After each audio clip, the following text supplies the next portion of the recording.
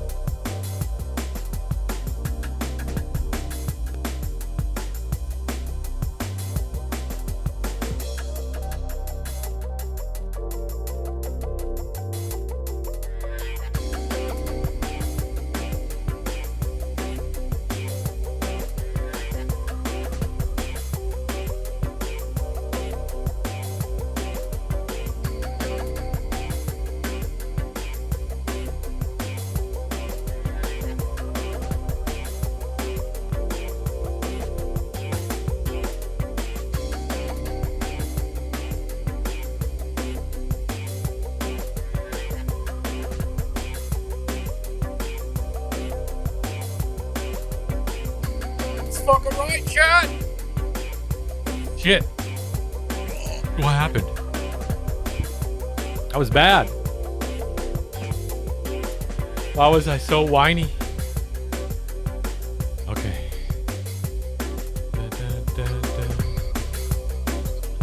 How's it going, chat? Happy Friday.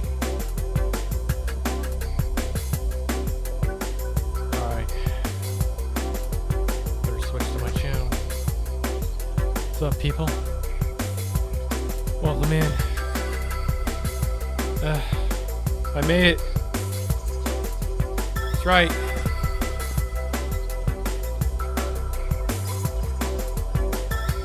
We're live. Throwing bass. No, it's not. I didn't mix this shit. The visuals are mine.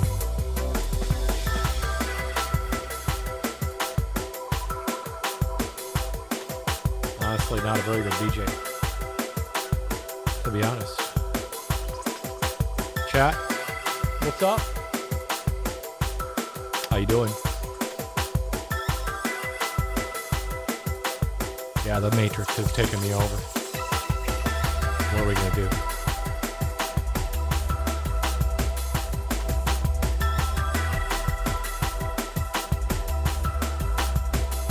Oh, hell yeah. We like Fridays, right? I do.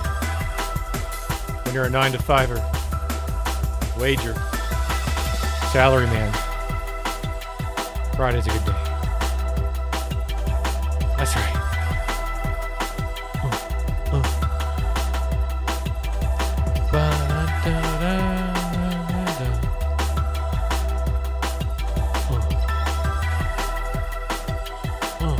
That's right, chat. New background.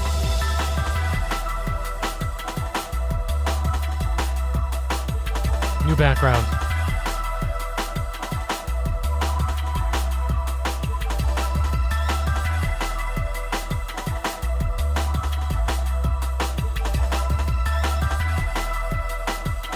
Whether or not this is fucking AI, it's still a vibe. It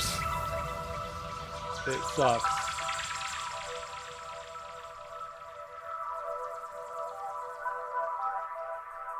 I could change the scene.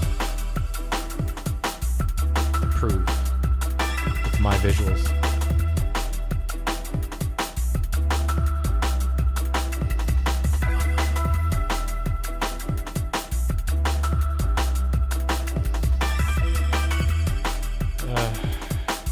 That's right, chat. Ready to chill the fuck out.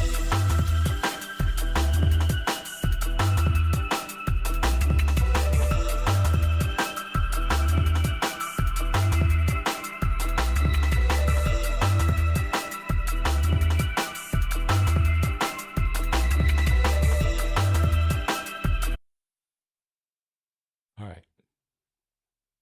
That's enough of that. Right, guys? I'm just playing, but not really. Time for some news. And then we'll play games. Oh, shit.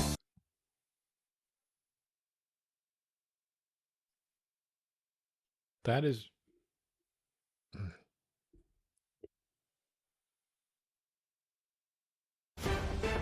That is right, folks.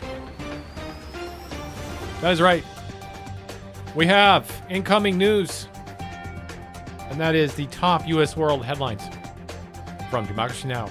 Coming in live. Welcome to Democracy Now!, democracynow.org, The War and Peace Report. I'm Amy Goodman. U.S. Central Command says it's concluded a 13th consecutive night of airstrikes against Iran. Blasts were reported in several cities, including Karamabad, Jaska, and Bandar Abbas. In Abbas, a U.S. missile strike reportedly killed 4 people, leaving 5 others injured. Iran responded with attacks on Bahrain, Kuwait, and a U.S. airbase in Jordan.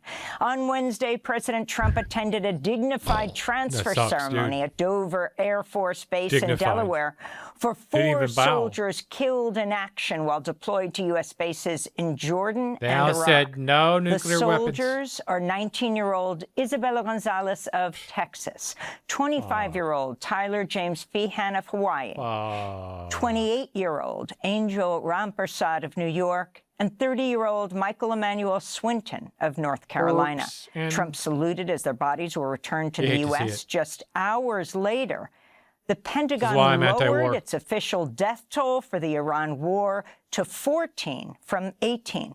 Military officials told the New York Times the names were removed in part because their deaths occurred after President Trump declared a ceasefire in April.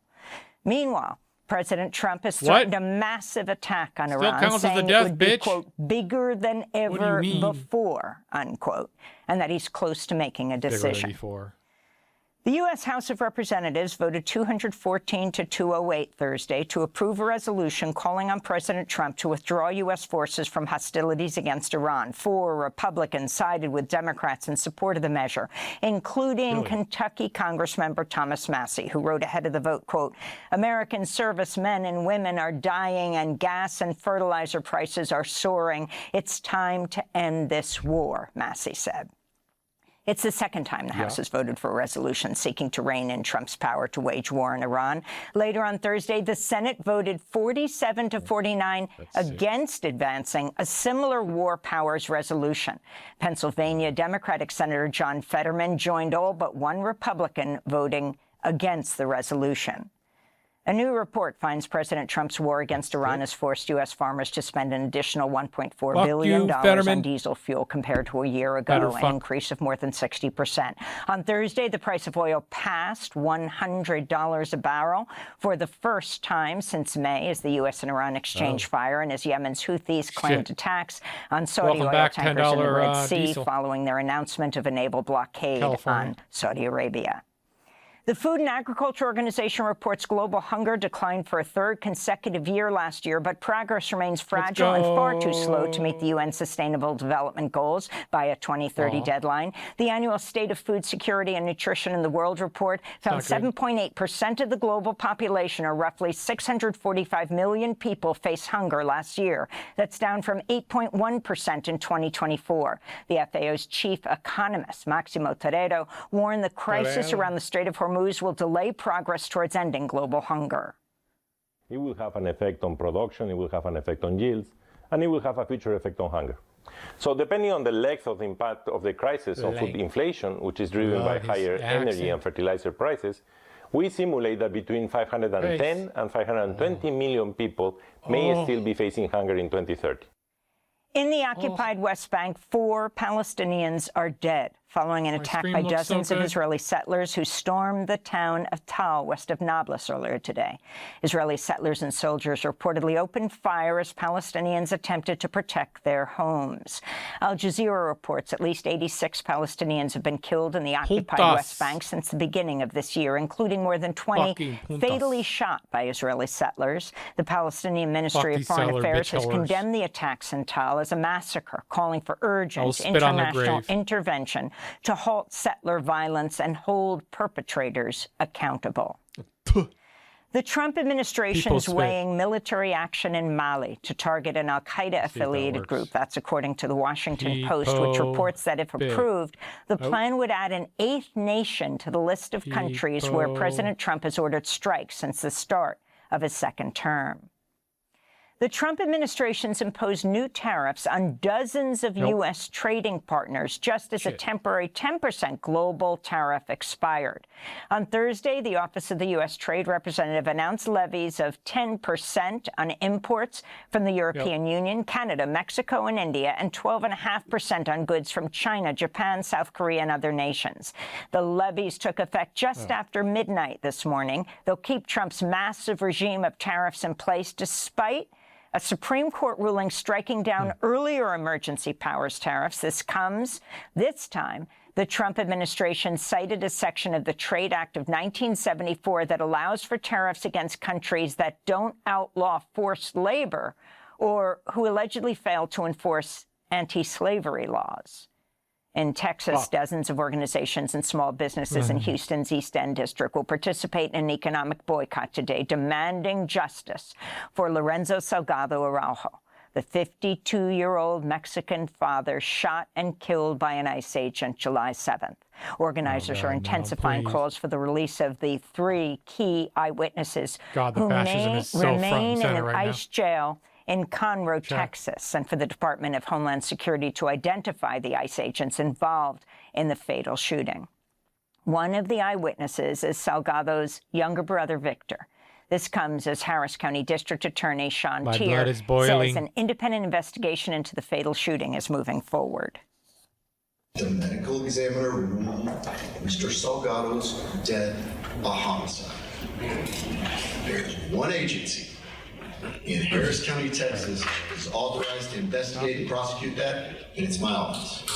In Minnesota, the man who fatally shot Democratic lawmaker Melissa Hortman and her husband Mark to death in their home has received a sentence of 2 consecutive life terms plus 40 years in prison.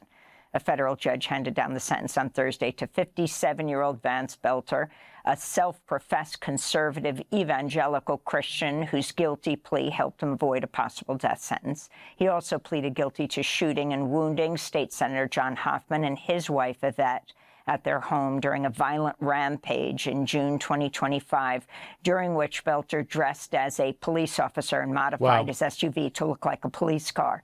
Investigators say he left behind 3 assault rifles, a handgun, and a hit list containing the names of dozens of people, including prominent Democrats and abortion providers and advocates.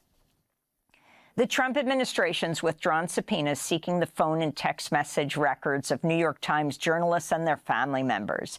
The move came after a federal judge grilled federal prosecutors and threatened them with sanctions unless they withdrew the subpoenas.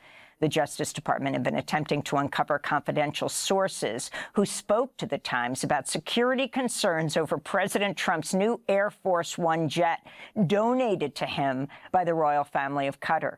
This comes as the Republican-led House Ways and Means Committee has issued subpoenas to the independent news site Breakthrough News, along with the People's Forum and Tricontinental Institute for Social Research.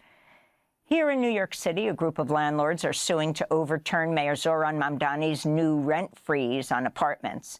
The lawsuit accuses Mamdani of influencing the outcome of a vote by the independent New York City Rent Guidelines Board for 0 rent increases on 1- and 2-year leases. This comes as Mayor Mamdani has tapped Lina Khan, the former chair of the Federal Trade Commission, to serve as chair of the city's Economic Development Corporation.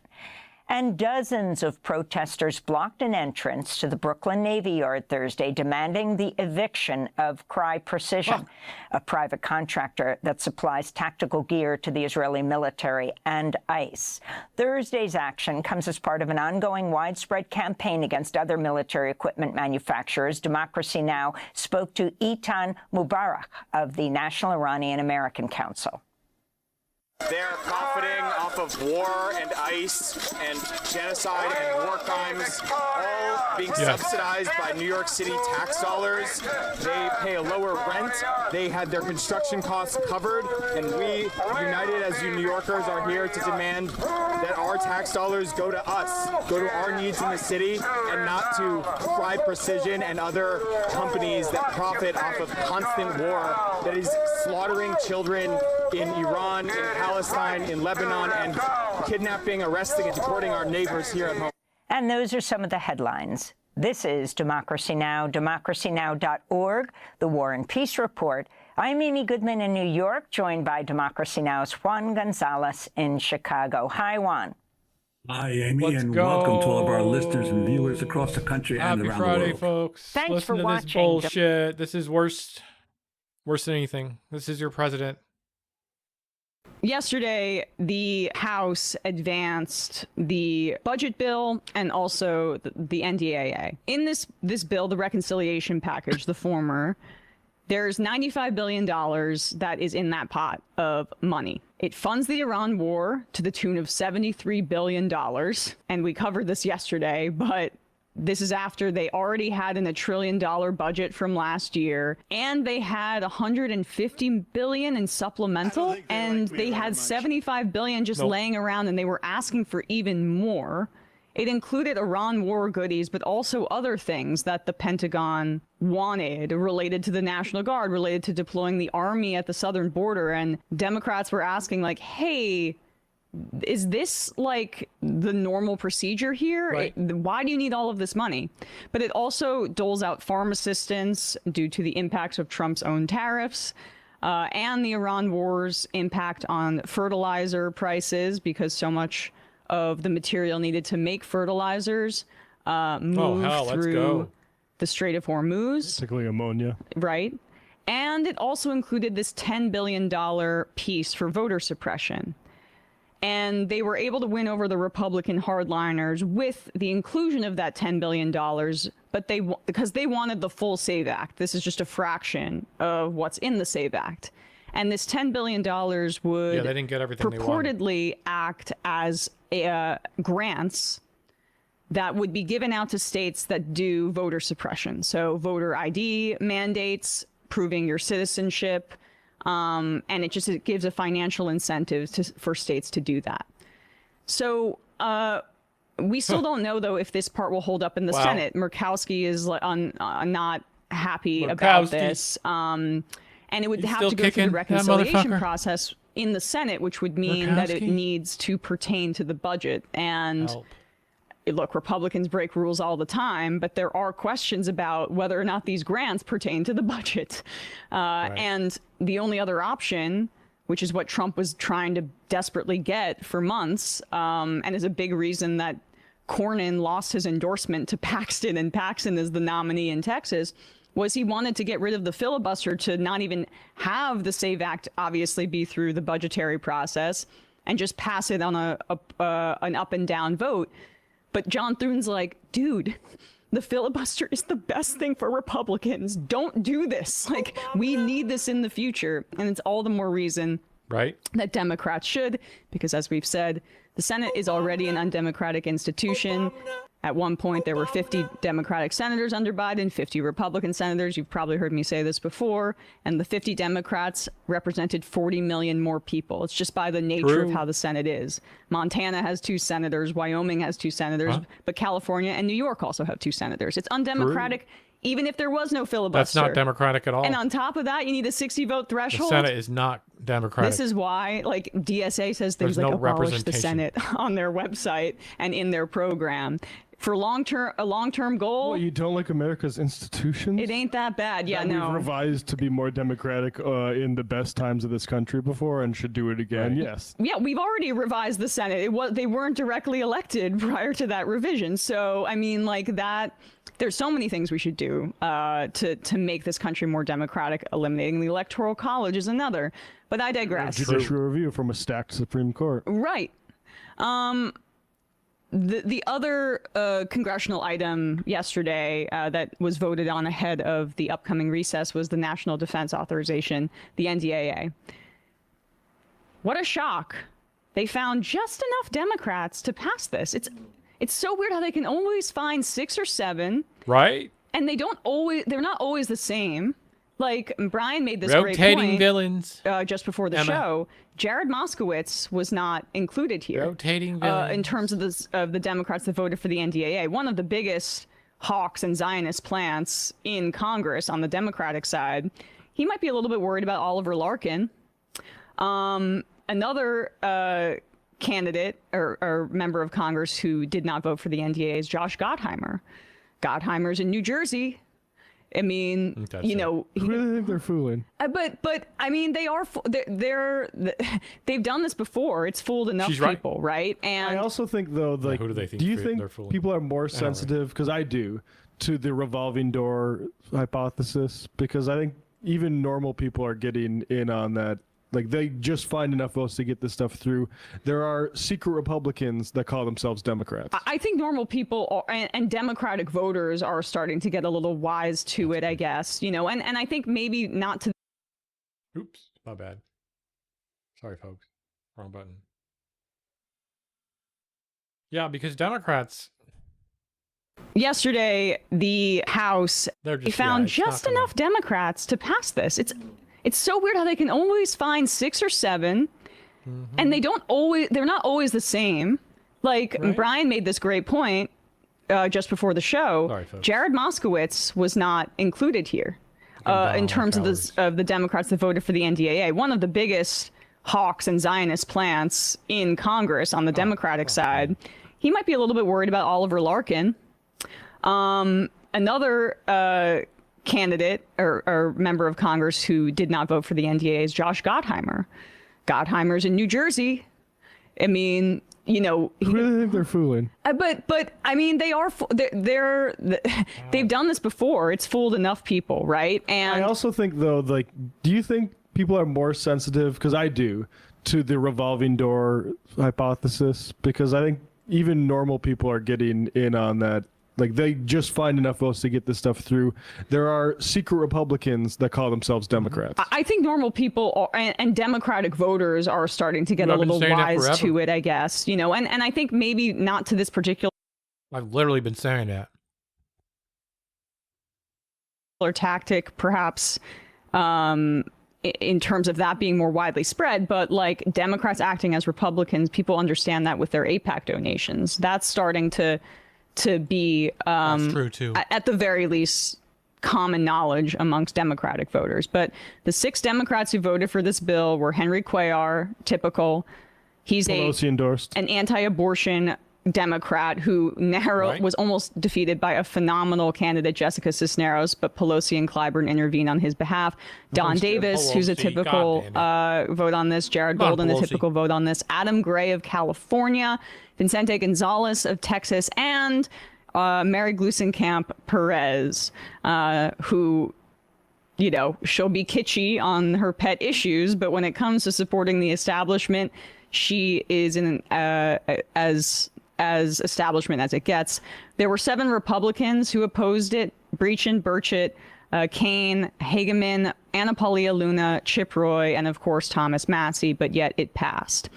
And the most controversial portion, which we were asking our audience to call their representatives about, one of the most controversial portions was Section 219, the provision that essentially effectively requires the United States to entangle itself with Israeli military technology and have the U.S. military collaborate with it in a permanent way that moves outside of the, you know, traditional kind of democratic input in Congress about this thing as Israel sees public opinion slipping away. Yeah, instead of aid, we're partnering. There's a reason that Netanyahu keeps going on TV saying, I told Lindsey Graham, we don't want any more American aid before he died. And he insisted and got very upset with me at this notion. Yeah, it's because... Just give us a wing of the Pentagon instead. Yes, it's because they know that this is the tactic that they're pursuing, especially because Israel relies on U.S. funding in this permanent way from a memorandum of understanding that expires in 2028. What else happens in 2028? Like, it's going to be one of the biggest campaign issues. So Netanyahu is like, all right, let's get this done. I mean, it literally creates a new position at the Pentagon that has that person is tasked with integrating Israeli military tech into the U.S. military and vice versa. It creates a whole new office and personnel, I should say, to deal with this. AIPAC was thrilled about this. Here is their press release. Today, the House of Representatives passed its fiscal year 2027 NDAA, which includes key provisions that strengthen the U.S.-Israel defense partnership. $750 million for U.S.-Israel cooperation programs, $65 million increase over fiscal year 2026. I would just draw a line under a defense partnership. This is the partnership that started the war that has the world economy melting down. Yes, it's the not a defensive war. The genocide partnership, which you know, I like. This is like they're putting the ring on it. Genocide partnership. Yeah, exactly. Like, or like you become a partner now. You used to be an understudy. Let's get a joint checking account. That's essentially what. Well, I mean, well, yeah. Seems like we've kind of. Yeah, I get it. All right, it's not perfect, Matt.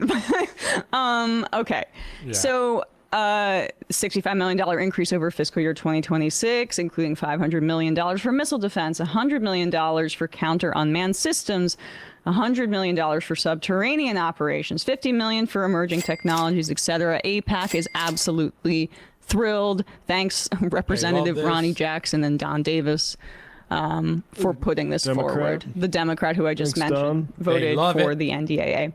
And it's a Presbyterian. This Republican Party just won an election with Trump running on no new wars, and I'm going to fix the economy. And he started the worst war. He can't get out of it because Iran has won. I know. And now U.S. service members are dying. He's going on Truth Social and saying, like, let's compare the 18 U.S. service member deaths to the Afghanistan war, to the Vietnam War. You let Bush have so many deaths. And then it's so yeah, exactly. It's so stupid too, because he lists wars and then goes Iran military operation. Like, come on, bro. Yeah. We know what this is. But anyway, here's Trump now saying that the 4 service members who have died since the resumption of hostilities in this war in Iran, which Israel dragged us into, they actually were in favor of the effort. How he would know this, we don't know, but this is how despicable this guy is. He's literally putting words in the mouths of dead soldiers who just died on behalf of his insane war. Are heroes, and they are indeed great heroes, actually. They said, and all of them said very strongly, we cannot let Iran have a nuclear weapon. They won't have a nuclear weapon. So we're going to honor them. Can't have one. And one of the hardest things to do, for me, it's one of the hardest things to do as a president, but has to be done. I'll get over it. Has to be done. They said very strongly. I like when he says that. Yeah, right. Like it's hard for him. What did he just say? It's hard for. This is one of the hardest things I do. Talk about these dead kids. Yeah. Anyway. What are we doing for the ballroom? Yeah. What's in the menu? Yeah. There's a little bit more here. He gets a little bit more heartfelt here. Just another 20 seconds. Okay. All I'm going to say is we love you. We love your child, and that's what they are to them. They're their children. There's no games, no nothing. That's their child. And all you can do is throw out your heart. Thank you. Thank you very much. That's all they are to them, is that unlike my daughter, who's both my child and my sexual fantasy. My muse. It reminds me of when Conor Roy was trying not to say anything about that pedophile guy. Right. They were children to them, yes. And now they're dead. Exactly. These were human beings. They had parents, presumably, and now they're gone. That's his attempt to look at human. Got to throw your heart out to them. Yes. Yeah. Hey, folks, don't forget to hit the subscribe button and check out our daily show. We do it every day at 12 p.m. Eastern for about 2.5 hours. We even take phone calls. You should check that out. Phone calls. Okay, here we go. We're going to China tonight, folks. The Tate brothers, Andrew and Tristan Tate, have been arrested on new charges of rape and sex trafficking in the UK. So they're hopefully going to be extradited there, and hopefully those stick, because these guys are predators and they already were facing sex trafficking charges in Romania. But Baron Trump likes the misogynistic streamers, so Trump let them back into the country and back to Florida, where Trump knows all about predators running wild and taking advantage of girls and women. His best friend used to do that very kind of thing, and he engaged in it most likely. Now, that's an aside. The PBD crew, I guess, is talking here about the Tate brothers. And what a shock. They're expressing skepticism about the validity behind these arrests. Here are Vinny, PBD, and Tom.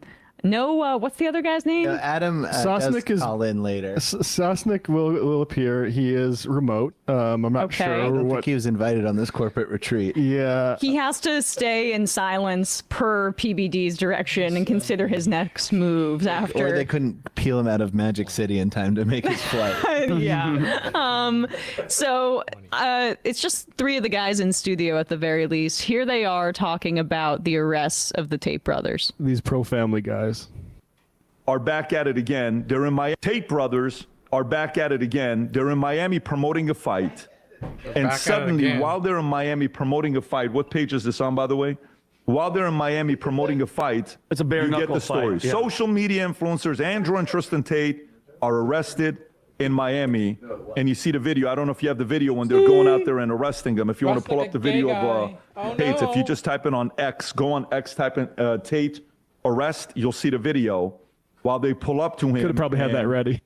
So Andrew and Tristan Tate were arrested Saturday in Miami after the UK sought their extradition on dozens of charges, including rape and sex trafficking. The Tates, who are brothers, millions of followers, you know, they're kind of promoting them on who they are and what they were. The U.S. Marshal Service, this is it. Play the clip.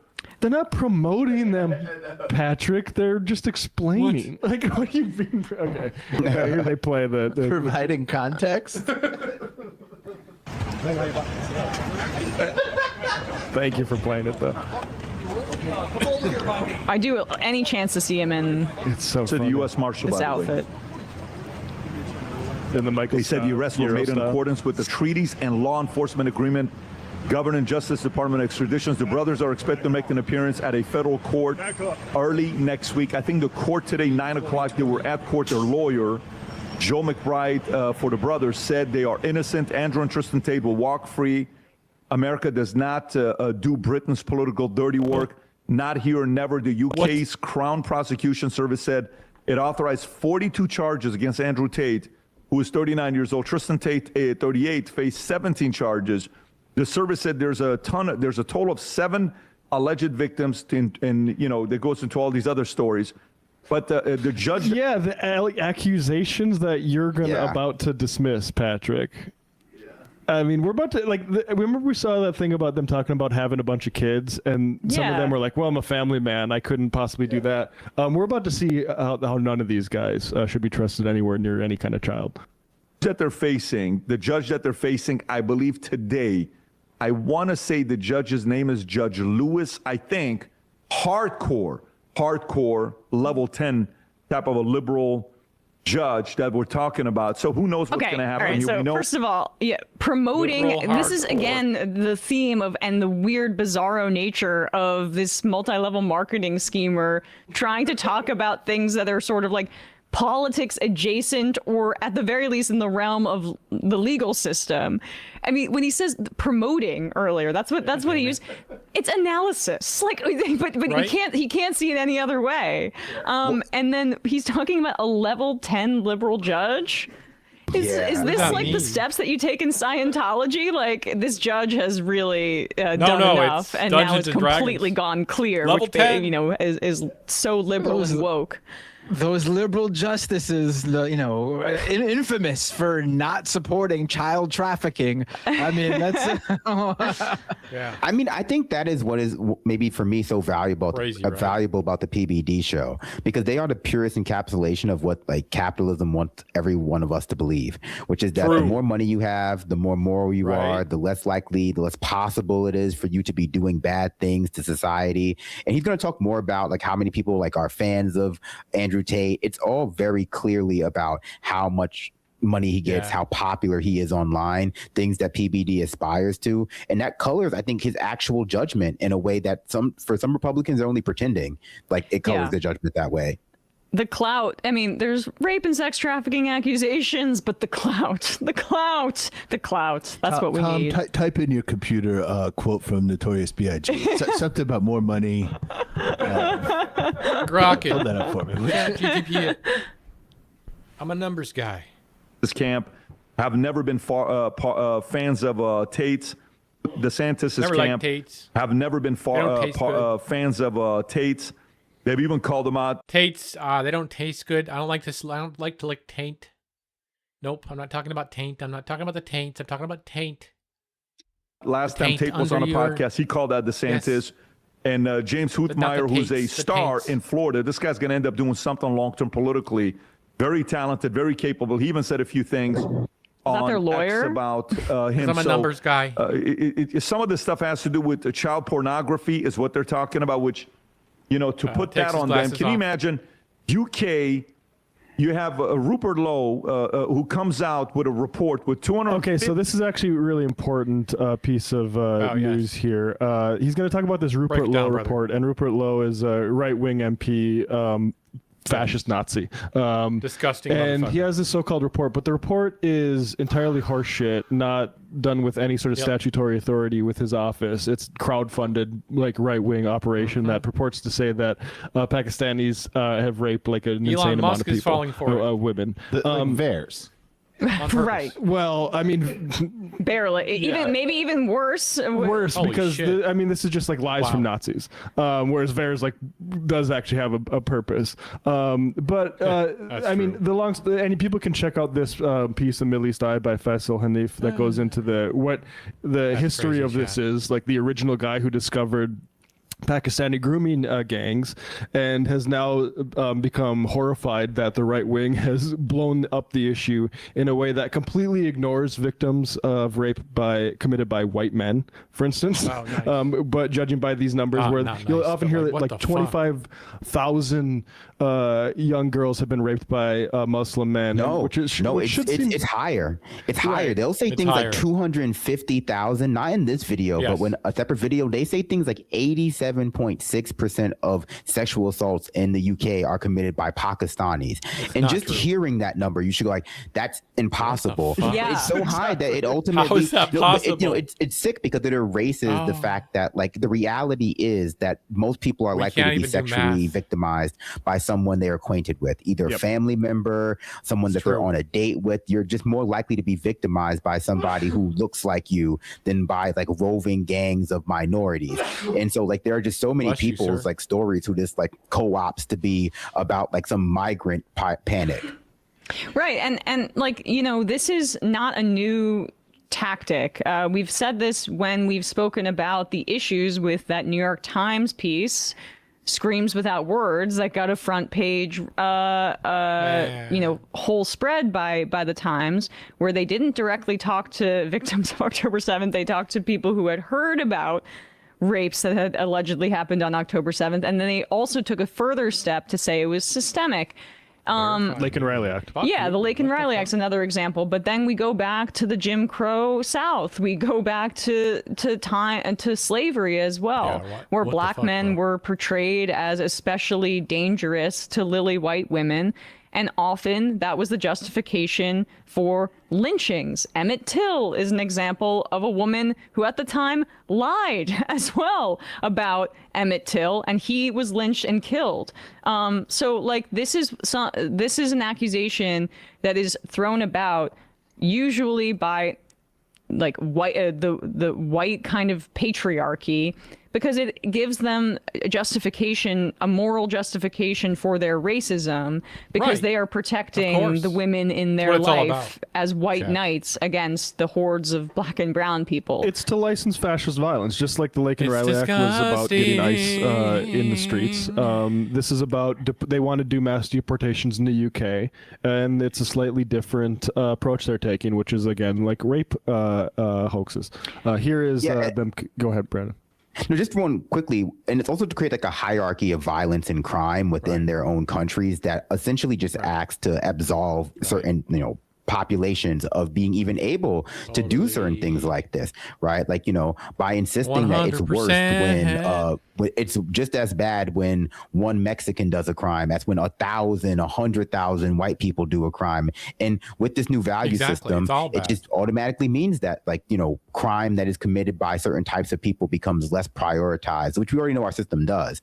But I mean, it's very clear, especially with their defenses of Andrew Tate and of Donald Trump, that this is meant to be like, well, it's just worse when it's done by a certain type of person. Yeah. 50,000 Pakistanis, with 87% of them being Pakistanis, this rape gang, and you hear nothing. But the first Muslim they go after is Andrew Tate. That's what it's come down to. Not all the other rape cases the first person they go after? First of all, there's another guy that's currently on trial for rape right now that's pretty high profile in the UK named Russell Brand. I mean, I just want to point that right now. Yeah. Oh, he's not. But they would say for the same Mali.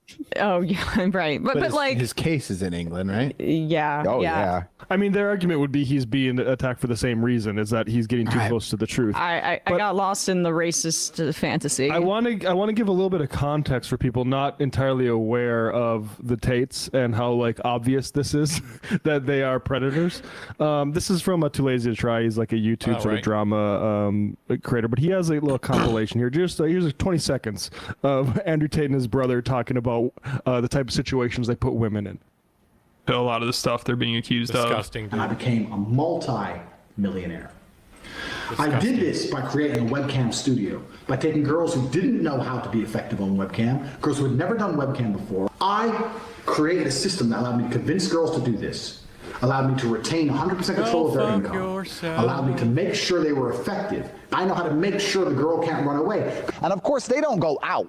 They're not allowed out. You stay in the house. I made sure she doesn't run away. Take full control over their accounts. You take her passport. They will run away. I like to keep the girls' passwords. I log them in and log them out. If you give the girl the password to her account, there's a chance she could run away and try it by herself. I mean, case closed. Where are these prosecutors and liberal judges getting this idea? Right. Tates. Where do they get this idea that the Tates were involved in nefarious sex trafficking and other literally saying horrible it. things? I think they went to pickupartisttools.com. Hustler University was the actual name of Tate's. One of Tate's, pay monthly fee to learn how to make money online. Bullshit. He's a scholar. Well, it was also a pyramid scheme, too, to bring in these guys that then would recruit girls and women from oftentimes the global south and poorer areas of the world to essentially be enlisted for Andrew Tate or them to be their pimp. To teach them webcam skills, Emma.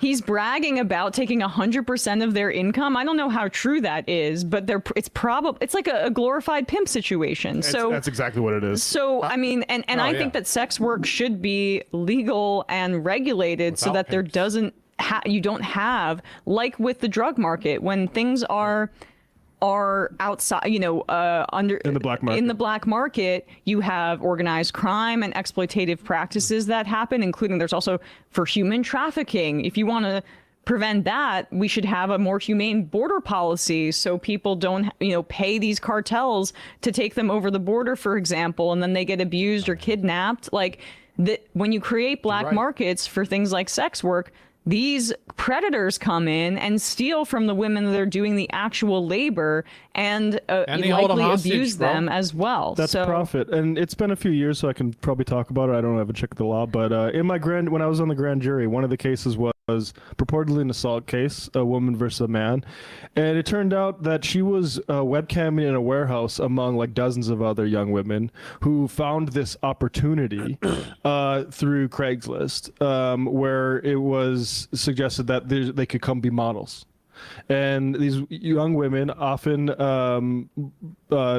needing money, go to these places and get entrapped in these exact fucking situations. And she didn't want to do what the guy, I can't remember exactly what it was, but he was asking her to do something on camera she didn't want to do.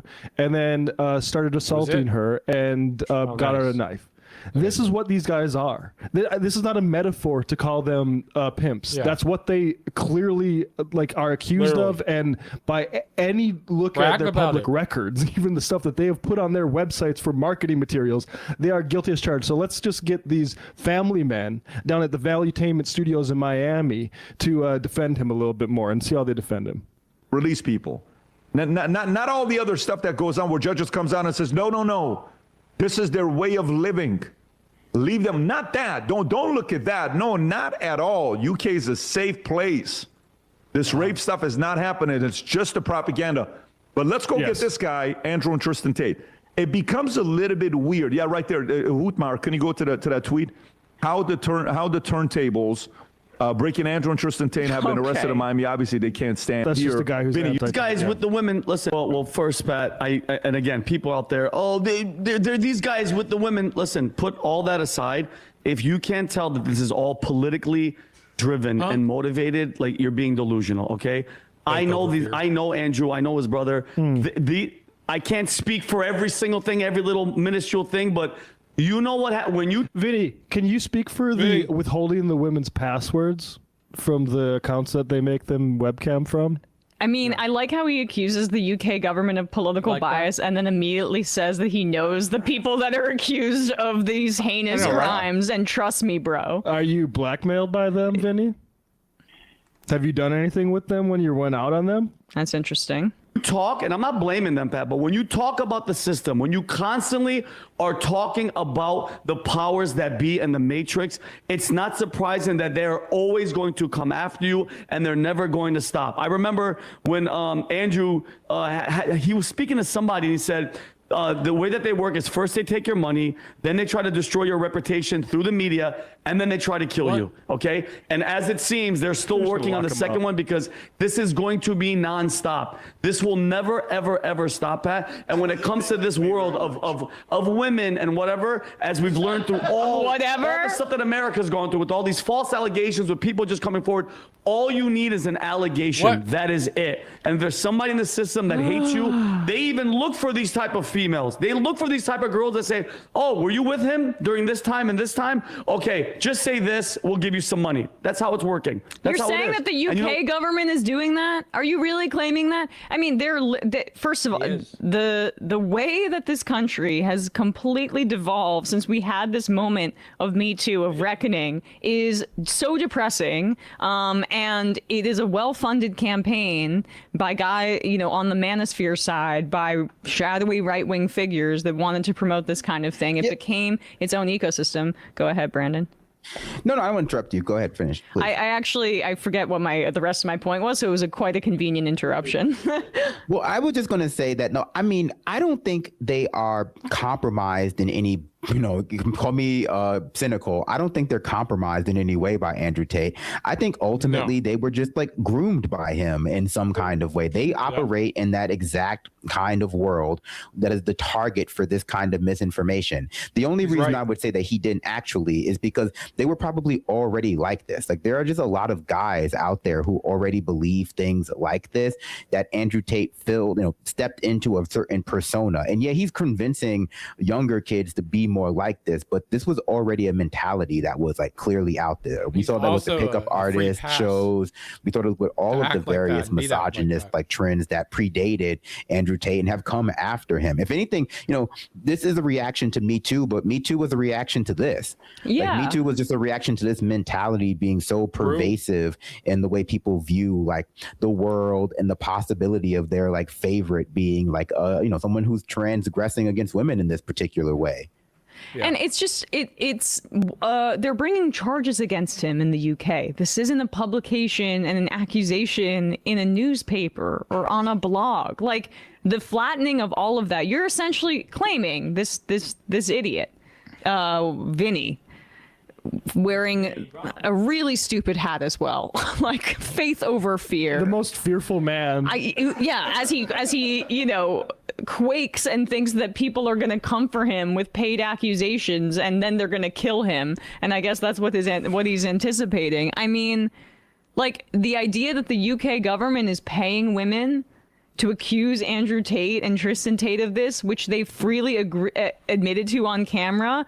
I don't know. Maybe there's an alternative explanation. This reminds me of when they said Bill Cosby was going to buy NBC. Remember that? And that's why he got all those accusations. Oh my God. Oh my God. I mean, it's not like the Tate brothers were known for being like upstanding, wholesome people before this. This is like the fifth time this has come up, if not, I'm being generous with my number of times this happened. The Tate brothers have been investigated, arrested numerous times before for these very things. It's not like this is completely out of left field. I mean, for me, it's out of left field that it actually looks like they actually might be held accountable at some point now. But the idea that this is not who they are, I mean, if you know the Tate brothers, like you claim you know them, this is exactly who they are. Exactly. They would almost be kind of maybe even disappointed in Vinny for being like, all right, let's not like make my record sound better than it is. We're pretty proudly really rapey and misogynistic. I mean, the amount of times they mentioned 16-year-old girls in that Too Lazy to Try video, I said, it's like really, we're dealing with really bad people here. Yeah. Well, I'm sure they would say that's the age of consent in the UK or something, so that's okay or whatever. Bulgaria, but I would also point out, this is just like the Trump situation as well, because I think what this also reveals that a lot of guys like hanging out with other men who talk like this, maybe not exactly like Andrew Tate, but like Donald Trump calls locker room talk. But what they don't like is that a sub portion of those men are actively abusers, which is not to say that men who don't talk like this are not abusers, but that there are guys around who talk like this, who people might think are abusers, and they make excuses for because that's just how men talk. And it turns out, no, that guy you hang out with who like talks about like victimizing women all the time is actually like victimizing women in a way that you deem to be inappropriate. Because like now that it involves children, then it becomes like something that they can't just kind of like, well, you know how women are. Yeah. Do you want to get to Sosnick? Because he's going to beam in. Oh, wonderful. Good. I'm glad he gets to weigh in here. Of 1,000 women, guys, the odds of some of them coming forward, even if it's a lie, are very, very high, especially when there's money involved and especially when there's people of high power that want to destroy you, and you're seeing it in real time. Yeah. Adam, let's try you one more time. PBD, you got me now, sir? Go for it. Let's test it out. Good, sir. Great. Well, listen, I'll tell you, much like the 50 Cent album, Iran didn't want this podcast to come out. They must have done some internet blackout, but I'm here in a bunker ready to give you some answers. So we're talking about Andrew Tate, is that right? Yes. So let me just lay it on you with the Tates. I like the Tates. I'm rooting for the Tates. I think the Tates are the definition of poking the bear too hard, and now they're getting done dirty. Yeah, poking the bear of doing sex trafficking in a high-profile way. I just like that PBD is worth like, I think like 100 million or at least tens of millions of dollars, and they can't get Sosnick a microphone. I mean, and what is the bear? Just like regular rules of civil society that you shouldn't rape. Yeah, I mean, this is how stupid they are. They are redirecting people's righteous anger about their inability to get ahead under capitalism and pointing it towards a movie reference for the dumbest people in the world who don't want to like actually, they don't want to politically activate them as in a civic way, but they'll be activated on behalf of his multi-level marketing scheme. And if they want to do get rich quick kind of stuff, maybe they want to try to exploit OnlyFans models and take their wages from them and all of that. Like, that's the way that you get ahead, and we'll sell that to you. There's a reason why this show is probably quite well funded and continues to go on. It's because it truly actually keeps you in if you want to use this phrasing. But I wouldn't. I'm not an idiot, but I'm going to do it for this audience in case they're watching it. That's what keeps you in the Matrix, which is not understanding that collectivism and people power is the only thing that's going to change anything. Right. And you can't reify your own masculinity or assert or feel like you have a dominant place in society just by exploiting women and doing get rich quick schemes. We have to systemically change society to make it better. And these guys are just keeping them placated. And also as predators, pretty much. Who's the guy in the Matrix who loves eating all the steak and stuff like that? Remember, he just loves living in the Matrix. I don't remember. He plays a guy in Memento. No, I haven't seen Memento, actually. Well, anyway, is there anyone more obvious? It'd be the Tates who are it's the Matrix. We're just living in it and accepting all of it. You're thinking of Cypher. I'm thinking of, is it Cypher? Is that Yeah, Joe Pantoliano. Joe Pantoliano is the guy's name. And he's just I love the Matrix. I've completely turned myself over to it. Also, made by two trans women. Gotta say, The Matrix also made another queer classic called Bound. So they should probably look into, if they want to keep referencing The Matrix, they may not realize who they're actually crediting. Could you imagine if Neo dressed in The Matrix like how Andrew Tate was dressed when he was arrested? Instead of having the kind of all leather blade look, he dressed like a figure skater. Right. Figure skater. They just reproduced figure skating. Yeah. I mean, even to the point where his pants are nearly tights. But God. Wow. What an outfit to get arrested. I will just put this up because people have been sharing this in the context of I got it, yeah. Oh my God. Wait, Michael Scott in the That's so good. That's so good. Oh my God.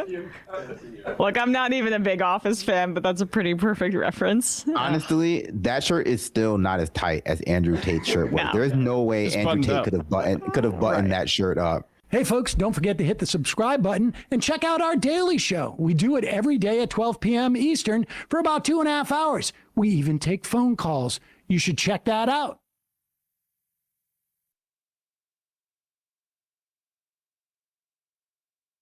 They want to make it illegal to be even just a liberal, okay? That's why, let me say this, that's why it was very disheartening to see liberal commentators like David Pakman, for example, did a whole segment going after Hasan Piker for a speech he gave to the College Democrats of America, okay?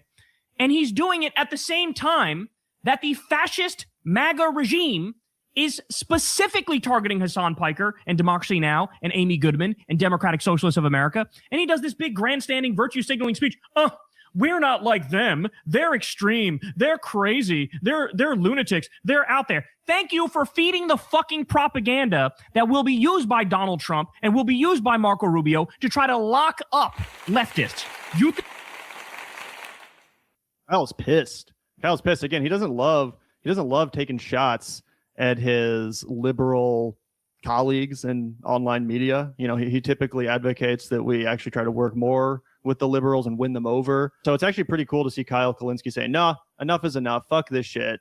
How dare you side with Donald Trump while Hasan Piker gets targeted by the government and while the DSA gets targeted by the government? You're going to sit here and side with MAGA, repeat Fox News talking points about how this movement is rooted in extremism. Meanwhile, the leaders of the movement, like Zoran, are actually proving to be some of the most popular and competent leaders in the entire nation, regardless of the faction they represent. Yep, I couldn't agree more with you and Kyle. I think that when you look at a guy like David Pakman, who is carrying water for MAGA, whether he wants to admit that or not, right? When you go out of your way to attack the highest profile people on your side of the political aisle, you are doing the work of the Republicans for them, right? And that's true whether you're the kind of people that David Pakman loves to bash, right? The Green Party folks, or everybody knows the like Shama Sawants, the people of the world, they want to antagonize AOC. They want to talk about how Zoran's a sellout, right? They don't want to do the actual work of running their own campaigns, right? They just want to lose and be self-righteous and tear down other Democrats, right? We've talked a lot about that on our show because Gavin and I have come to really feel like that is deeply problematic and that is, contradictory to building progress for the left within the Democratic Party, right? However, on the other flip side of that, when you have guys like David Pakman and Destiny and all these other loser lunatics who just want to take corporate money and pretend like they're Democrats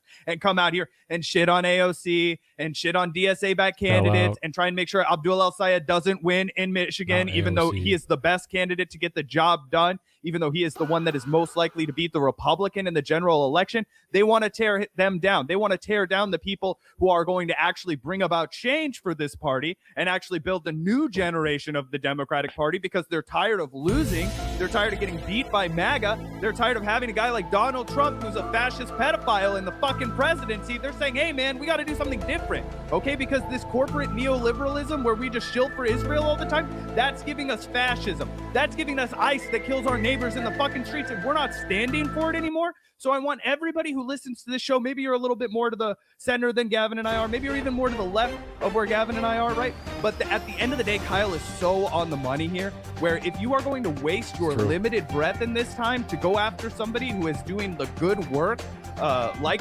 progressives, like DSA, like Hasan Piker, who's helping candidates win across the fucking country, like you're part of the problem and you're doing the work of MAGA.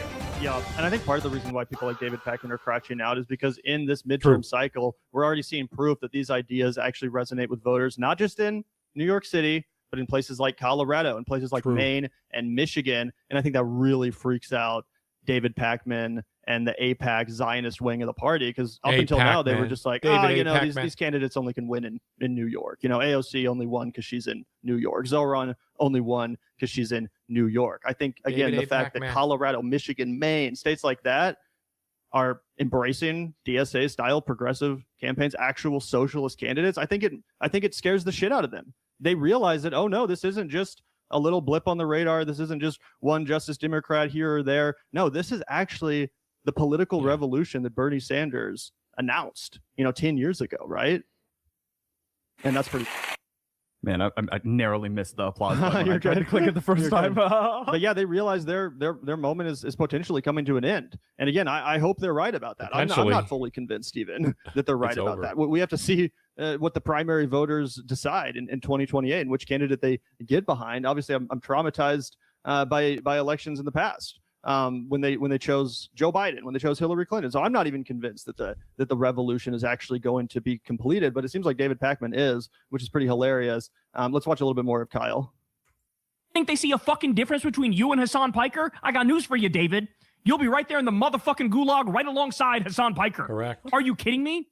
You're going to, in a moment where fascism is sweeping through this country, we have ICE concentration camps. We have anti-ICE people being shot in the face. This is what you're focusing on?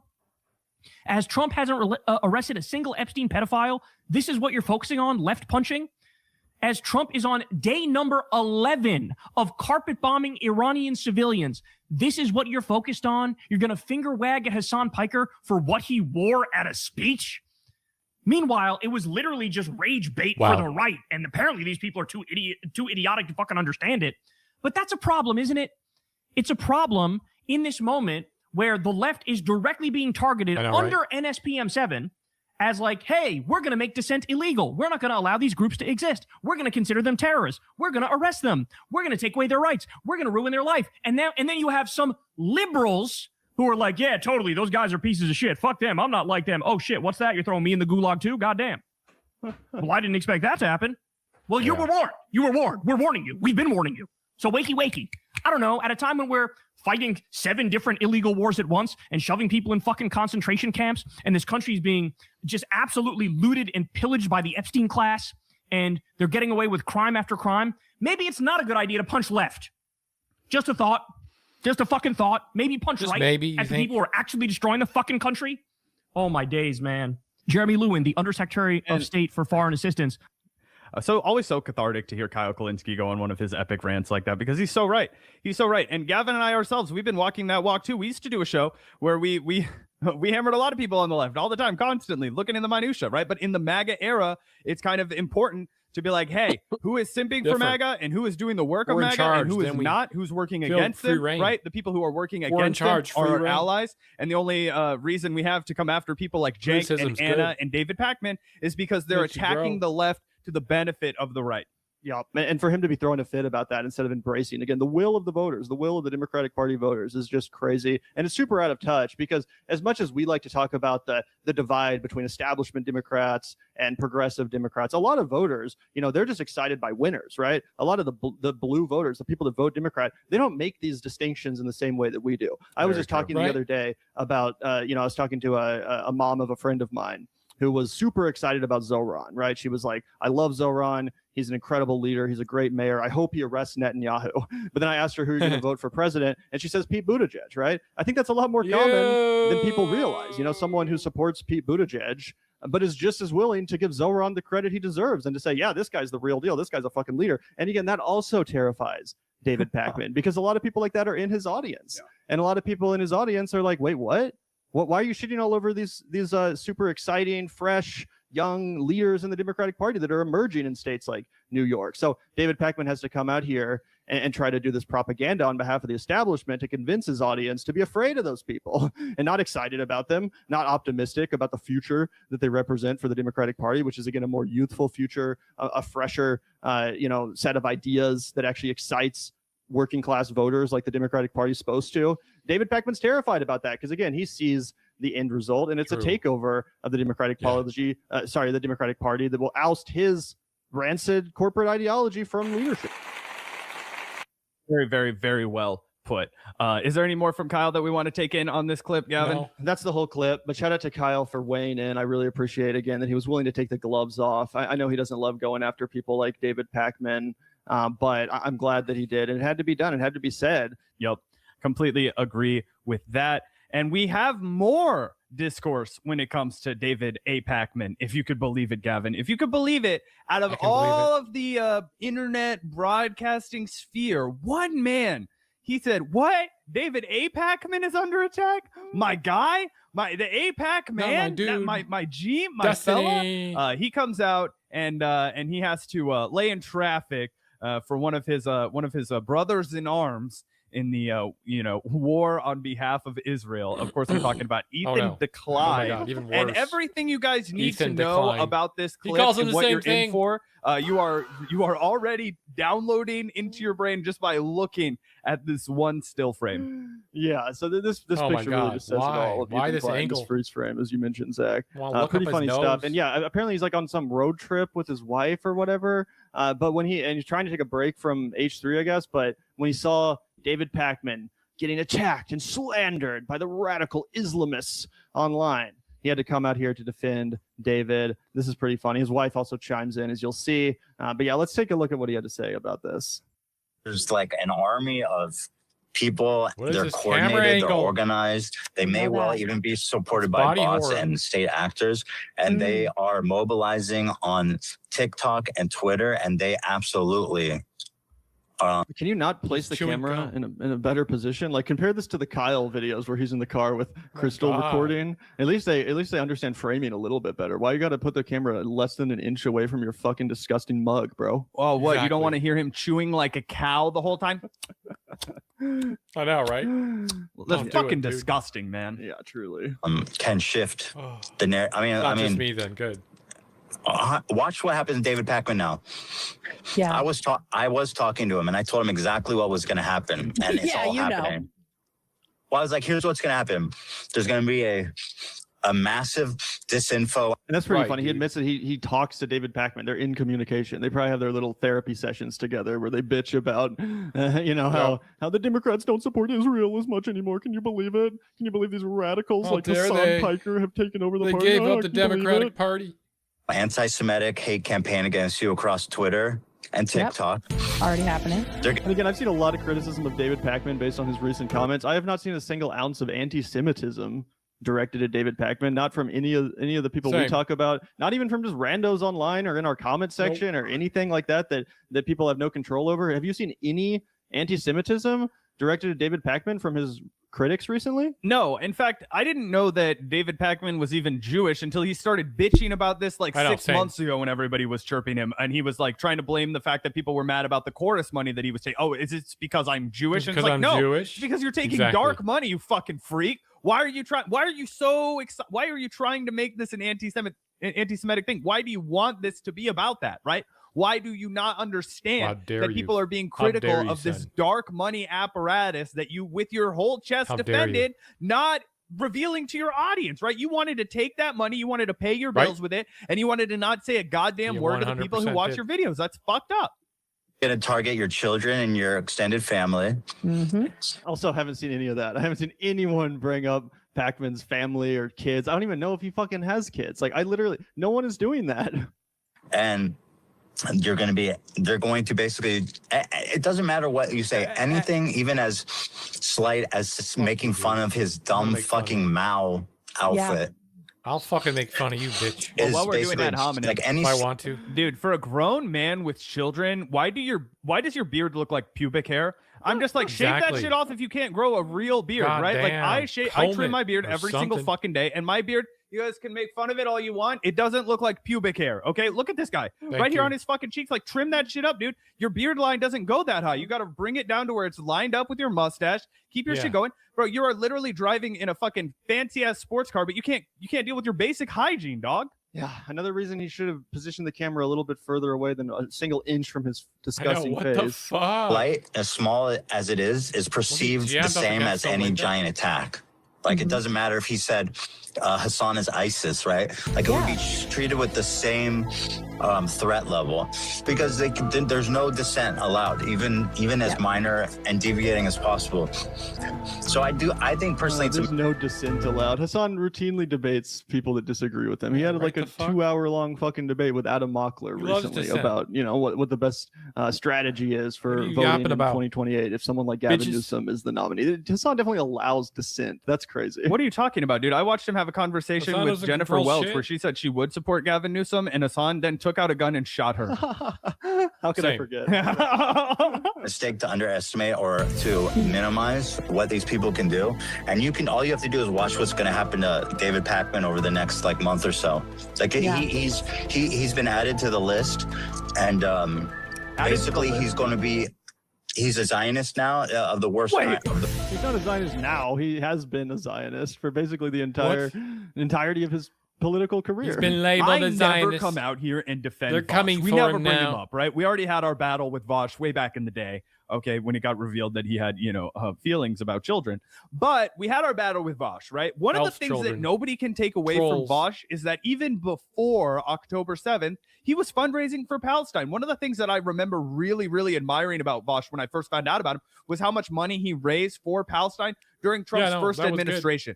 Right. And he was willing to donate. And he did. I think it was like $200,000, guys. It was a lot of money. And I was like, look, setting aside any that his audience raised. That is audience raised. Yes. And it was because and I was like, I don't care any disagreement I've ever had with Vosh. Like, that is a really, really good thing.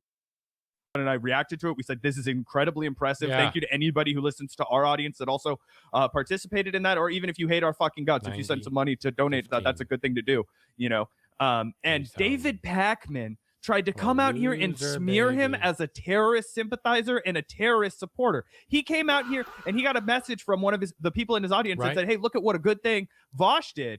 And David Pakman literally lied and smeared him and said that he was donating to Hamas and that he was donating to terrorist organizations, right? For helping people who had just been fucking displaced as a result of the Abraham Accords, right? As they continue to eat into the West Bank and expand into Syria and other parts of other parts of specifically when the Sheikh Jarrah neighborhood was under complete siege and tons of innocent Palestinians were being forcibly removed and killed by settlers. Yep, and that was in Syria in the expanded West Bank. And it was really admirable what he did, right? And David Pakman came out here and fucking smeared him because he's always been a fucking stooge for the Israeli Zionist project. Yep, 100%. As is evidenced, by the way, we'll come back to this in a second, but this is a good time to show you guys another clip that really proves exactly which side of the party David Pakman aligns with and finds himself in agreement with. And again, that's not the progressive faction. That's the faction that's represented by Mr. Richie Torres. Let's take a look at this clip. Nice. Really tells you everything you need to know about David Pakman's actual political persuasion. On the progressive movement. And the reason I want to talk to you about this is I see you really, when people ask me, who do you see right now as the sort of progressive that you like to be at the head of this movement going forward? It's you? I think of you. God. And there's a bunch of different reasons why. A bunch of different reasons. Shut I think I know the main reason, though. Pretty sure I could suss out what the main reason is, though. Can you, Zach? I got a guess or two. I think it's because they both really, really like ham and cheese sandwiches for breakfast. Yeah, let's go back to this crash out from Ethan and Gila Klein. But it lets them just say, I did activism. I can go to bed tonight. It's trash. And then I think the genocide that's happening has been so good for their movement.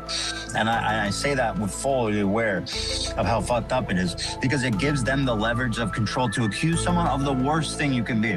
Until this is such fucking cope from Ethan Klein. Let's hear that last part one more time, talking about how, oh yeah, the genocide has actually been great for these DSA types. And I think the genocide that's happening has been so good for their movement. And I say that with fully aware of how fucked up it is, because it's not that it's been good for our movement, it's that it's been bad for the establishment wing of the party that fucking greenlit and enabled the genocide in the first place, right?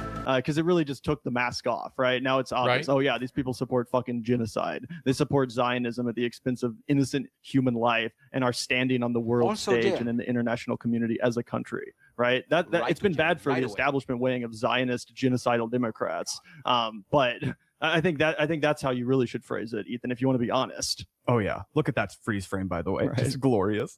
Oh, okay, here we go. We're going to China, boys. We're going to China. Hi, welcome to another episode of Cold Fusion. In the quiet deserts of China's Gansu province, something extraordinary just happened. What's claimed to be the world's first operational thorium reactor has come to life. And what makes this extra remarkable is that they did it all using declassified American research. It's an incredible story.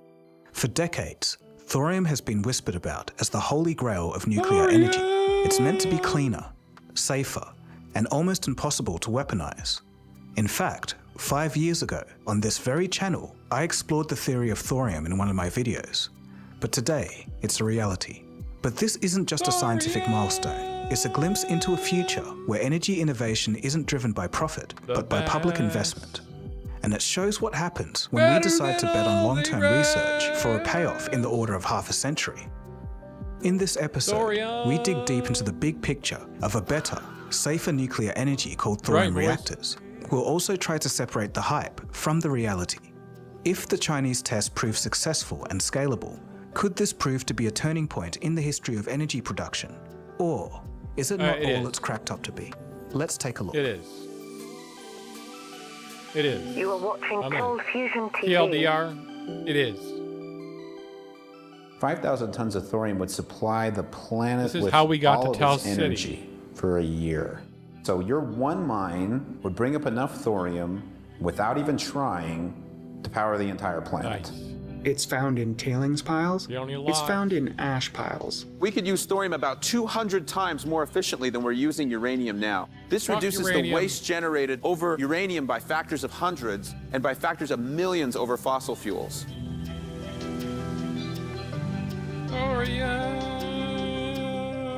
But before we get started, just some quick housekeeping. Cold Fusion episodes are now available on Spotify, so you can watch them there if you prefer. Fuck off. In the Chinese reactor, for instance, if things do get out of hand, a plug at the bottom of the reactor melts into thorium. Came the nuclear age. To turn on our light there if you prefer. Okay, there we go. Sorry. Boys. Since the Industrial Revolution, we've had to burn fossil fuels to turn on our lights, cook our food, and power our lives. Had to. It works, but the downside is serious air pollution, billions of dollars in healthcare expenses, and millions of preventable deaths. And then in the wake of World War II came the nuclear age. Nuclear power was different. It was amazingly efficient and seemed like the future. But over time, there were problems with its public image and fears of nuclear disaster. Enter thorium. That's right. Thorium appears to be the perfect solution. It's abundant, it's less volatile and less reactive than uranium. It's and a fucking nuclear perfect, plant mate. powered by Look at thorium can't suffer from a nuclear meltdown. It's glowing. In the Chinese reactor, for instance, if things do get out of hand, a plug at the bottom of the reactor melts automatically. It's the a fuel plug, then mate. simply drains out using gravity, a much better scenario than the unstoppable chain reaction of traditional reactors. No, there's no chain reaction possible. For added context, to give you a picture of just how efficient thorium reactors are, just look at this chart. It shows the ratio of energy out to energy in. The purple bar is a thorium molten salt reactor, and the blue bar next to it is a traditional nuclear reactor. Holy If shit. thorium is proved successful, it's clear to see why it's world-changing stuff, especially when compared to any previous form of energy production. Even solar. Despite thorium's immense potential, compared to hundreds of uranium-based nuclear reactors, they remain as mythical as a unicorn. There's only one operational thorium reactor, and it's hidden away in the Gobi Desert. China may possess the world's sole reactor, but the twist is, it was built on American research. We're all at Oak Ridge. Who cares? The morning that we showed up, one of the Oak Ridge guys came in with an announcement from the Chinese Academy of Science. We are going to do this. We're going to own the IP. So you would think someone in our government would say, maybe you shouldn't keep giving away this information. The Chinese achievement was announced by head of the thorium reactor project, Zhu Hongxie, during a closed-door meeting at the Chinese Academy of Science. He stated, quote, "The US left its research publicly available, waiting for the right successor. We were that successor. We mastered every technique in the literature, then pushed it further. We are now at the frontier of global nuclear innovation." Good job. They have the best engineers. So okay, let's back up a bit and learn what a thorium reactor actually is. Oh my god, it's so cool. They're so cool. Firstly, thorium is a naturally occurring element found in rock deposits. It serves as the fuel for the reactor. When thorium is hit with neutrons, it absorbs instead of splitting, eventually turning into a fissile material, uranium-233. 233. A fissile material is one that splits apart when neutrons are blasted at the atoms. When this happens, energy is released that can then be converted into electricity, usually by heating steam and driving a turbine. Unlike uranium, the naturally occurring thorium-232 is not fissile, meaning it cannot sustain a nuclear reaction on its own. However, it is fertile, so it can be transformed into a fissile material, but it needs a helping hand getting there. For thorium to become a useful fuel source, it first has to be blasted with neutrons, turning it into thorium-233, which beta decays into protactinium-233. The protactinium can be extracted, which decays into uranium-233, a usable fuel. There really were three options for nuclear energy at the dawn of the nuclear era. There was uranium-235, which was the fissile form of uranium. This was the form of uranium that could actually be utilized directly in a nuclear reactor. Most of the uranium was uranium-238. This had to be transformed into another nuclear fuel called plutonium before it could be used. And then there was thorium. And in a similar manner to uranium-238, it also had to be transformed into another nuclear fuel, uranium-233, before it could be used in a reactor. Now, this process doesn't work well with traditional nuclear reactors because they use solid fuel rods and pressurized water cooling. It's much harder to extract things mid-reaction when fuel is in solid form. Enter molten salt reactors. Exactly. The molten salt fuel for this reactor is radically different from that used in solid fuel reactors. 1952. Here, salt flows from a pipe which is heated to keep the salt molten. At 1200 degrees Fahrenheit, the salt does not react with air. It flows like water, but does not boil. To recap, molten salt reactors use liquid fuel, which makes it much easier to isolate protactinium and continue the thorium fuel cycle. If done right, molten salt reactors can be way safer than the standard water-cooled reactors, the latter of which must be kept under insanely high pressures to stop the water from boiling away. Molten salt reactors can operate at low pressure, and as mentioned, are set up in a way that in the case of an emergency, the fuel is automatically drained away, avoiding the chance of this happening. It was the first step in a nuclear nightmare. As far as we know at this hour, no worse than that. But a government official said that a breakdown in an atomic power plant in Pennsylvania today is probably the worst nuclear reactor accident to date. There was no apparent serious contamination of workers, but a nuclear safety group said that radiation inside the plant is at 8 times the deadly level, so strong that after passing through a 3-foot thick concrete wall, it can be measured a mile away. But the worst was yet to come. The earthquake created a power blackout at Fukushima Daiichi nuclear plant. The emergency generators started but did not run for long. The cooling pumps did not restart. And about 45 minutes later, the tsunami reached the nuclear plant. The entire nuclear plant quickly became out of control. Starting March 12, 2011, one of the 6 reactor units exploded, followed not long after by 2 others, releasing an unprecedented amount of nuclear radiation into the air.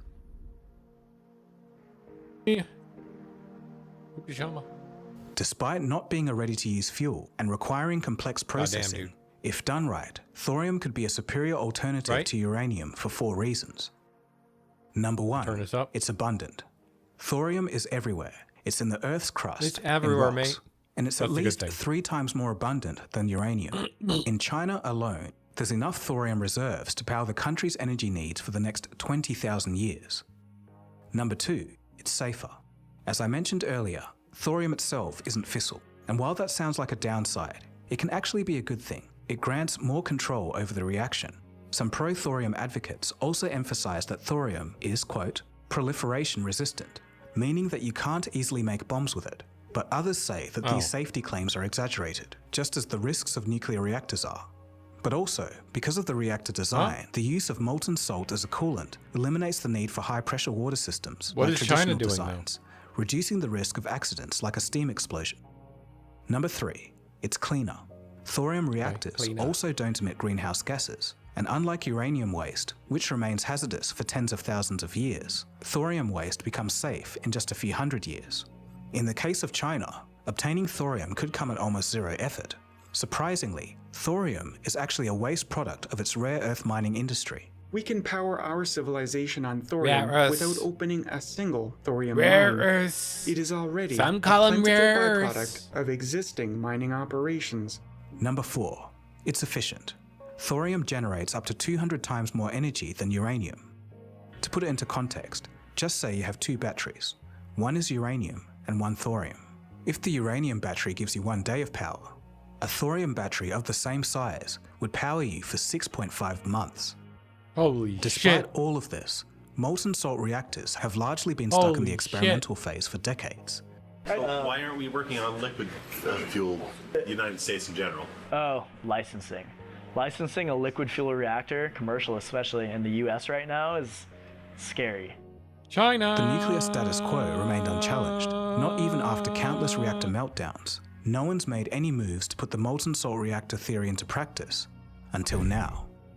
Over in China, Xu and his team developed the reactor technology from American declassified research of the 1960s. The US was testing this very same technology, but chose not to develop it further. Instead, they focused on uranium-fueled pressurized water reactor technology. That 1960s research was known as Oak Ridge. It was the closest America came to thorium power. But why did they stop? We'll look into that now. Motherfucker. NRC regulations specifically spell out prohibitions against fluid-filled reactors. You cannot operate a fluid-filled reactor more than 1 megawatt without an expensive license process. After the Hiroshima bomb tipped the scales of power in America's favor, the US was keen to develop more nuclear weapons. Much of that work happened at Oak Ridge National Laboratory in Tennessee. Director Alvin Weinberg also began looking into alternative, less weaponizable nuclear methods. Thorium-fueled molten salt reactors were what he settled on. The molten salt reactor experiment ran from 1965 to 1969. The results were incredibly promising. It quickly became the holy grail of thorium research. Okay. As the Bulletin of Atomic Scientists states, And then the Chinese were quote, like, okay, all I'll check it out. molten salt reactors are based in one way or another on the molten salt reactor experiment that operated at Oak Ridge from 1965 to 1969, end quote. Following the vision of Alvin Weinberg, he was the director of Oak Ridge National Labs from the 50s to the 1970s, and he had a vision of how we could use thorium to advance beyond the current constraints of our society in terms of fossil fuels, hydropower, and existing nuclear technology. One of the amazing parts about his vision was how this could transform not only the U.S. economy, but many other places in the world, some of which don't have the resources that we have in terms of fresh water or arable land. This is a vision he had of how thorium reactors could be used to desalinate water, grow crops in desert areas, to really truly change the economic balance of the world. But then, the experiment was shut down. In his book, Alvin Weinberg questioned, quote, why didn't the molten salt system, so elegant and so well thought out, prevail? There were no technical reasons why the molten salt reactor was not pursued, end quote.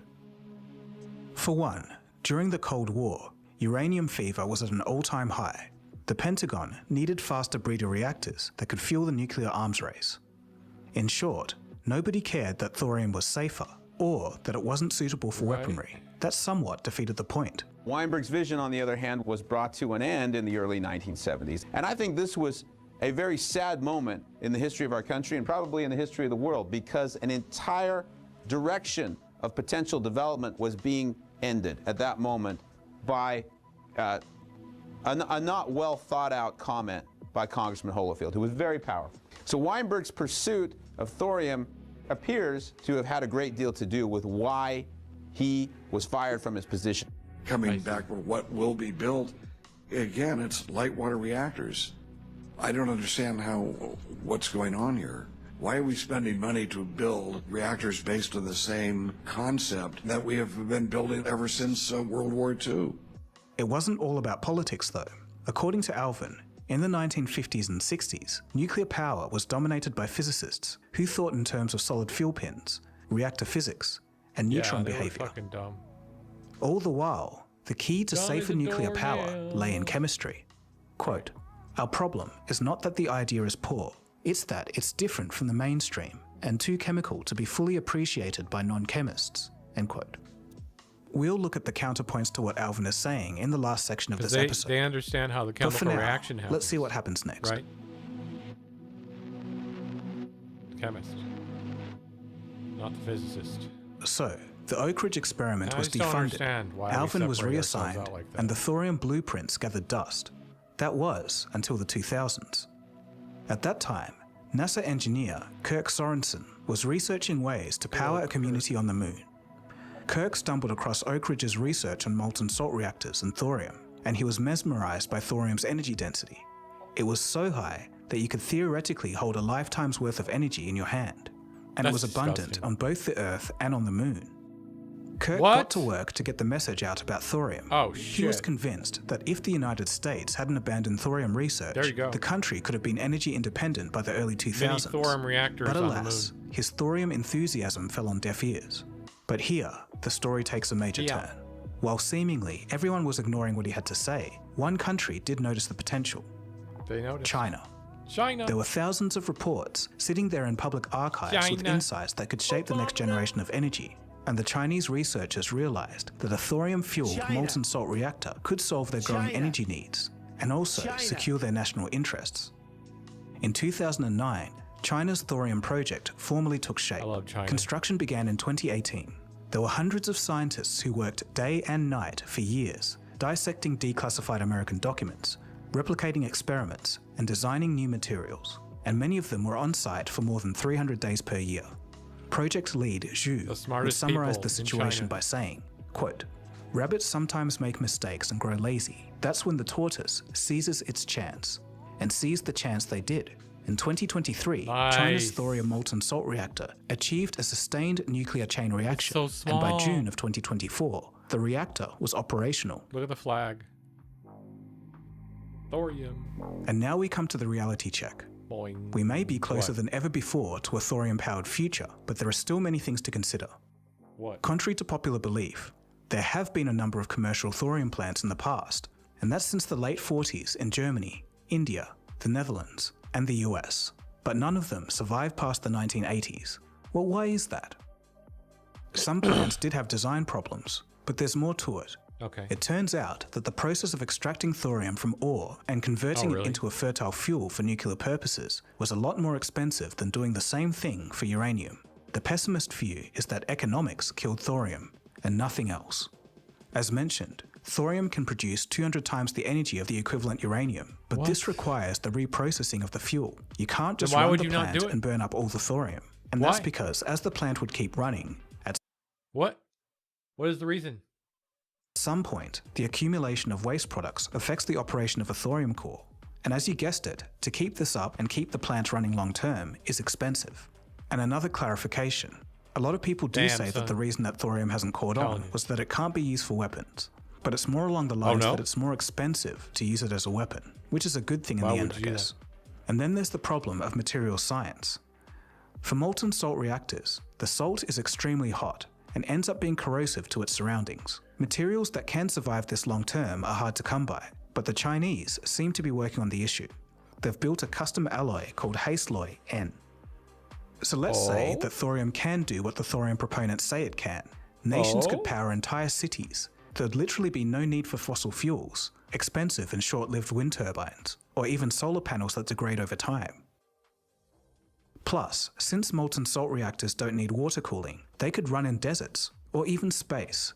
Thorium is also common on the moon and easy to find. Here's an actual map of where the lunar thorium is located. Thorium has an electromagnetic signature that makes it easy to find even from a spacecraft. With the energy generated from a liquid fluoride thorium reactor, we could recycle all of the air, water, and waste products within the lunar community. In fact, doing so would be an absolute requirement for success.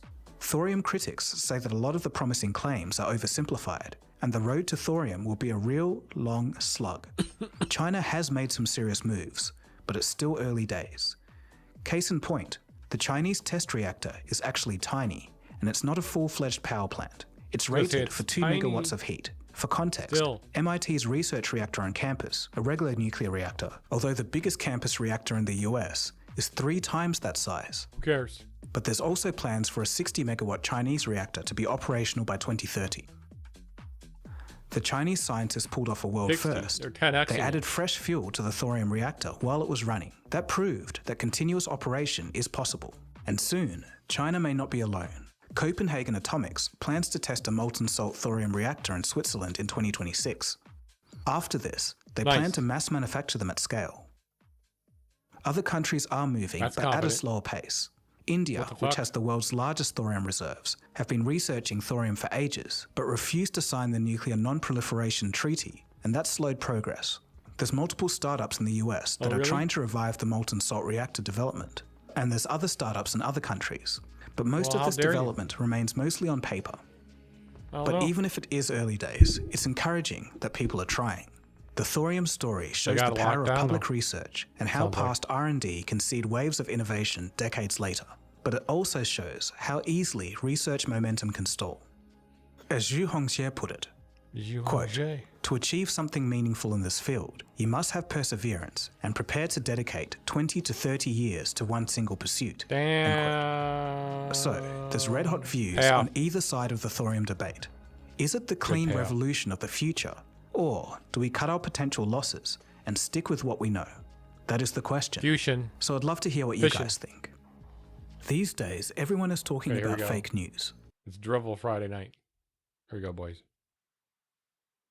You said you want to ask me, why are you a Nazi? Inclusion has been our greatest strength. Diversity has been our greatest strength. White people do feel like we are being boxed out. A 26-year-old white kid doesn't feel like he has access because he's been canceled, and the problem is black people. I didn't say the problem's black people. Well, you just did, Nick. You just said the problem is crime, and we know who's doing the crime in Chicago. Do you get what I'm saying? Yes. About the Holocaust things.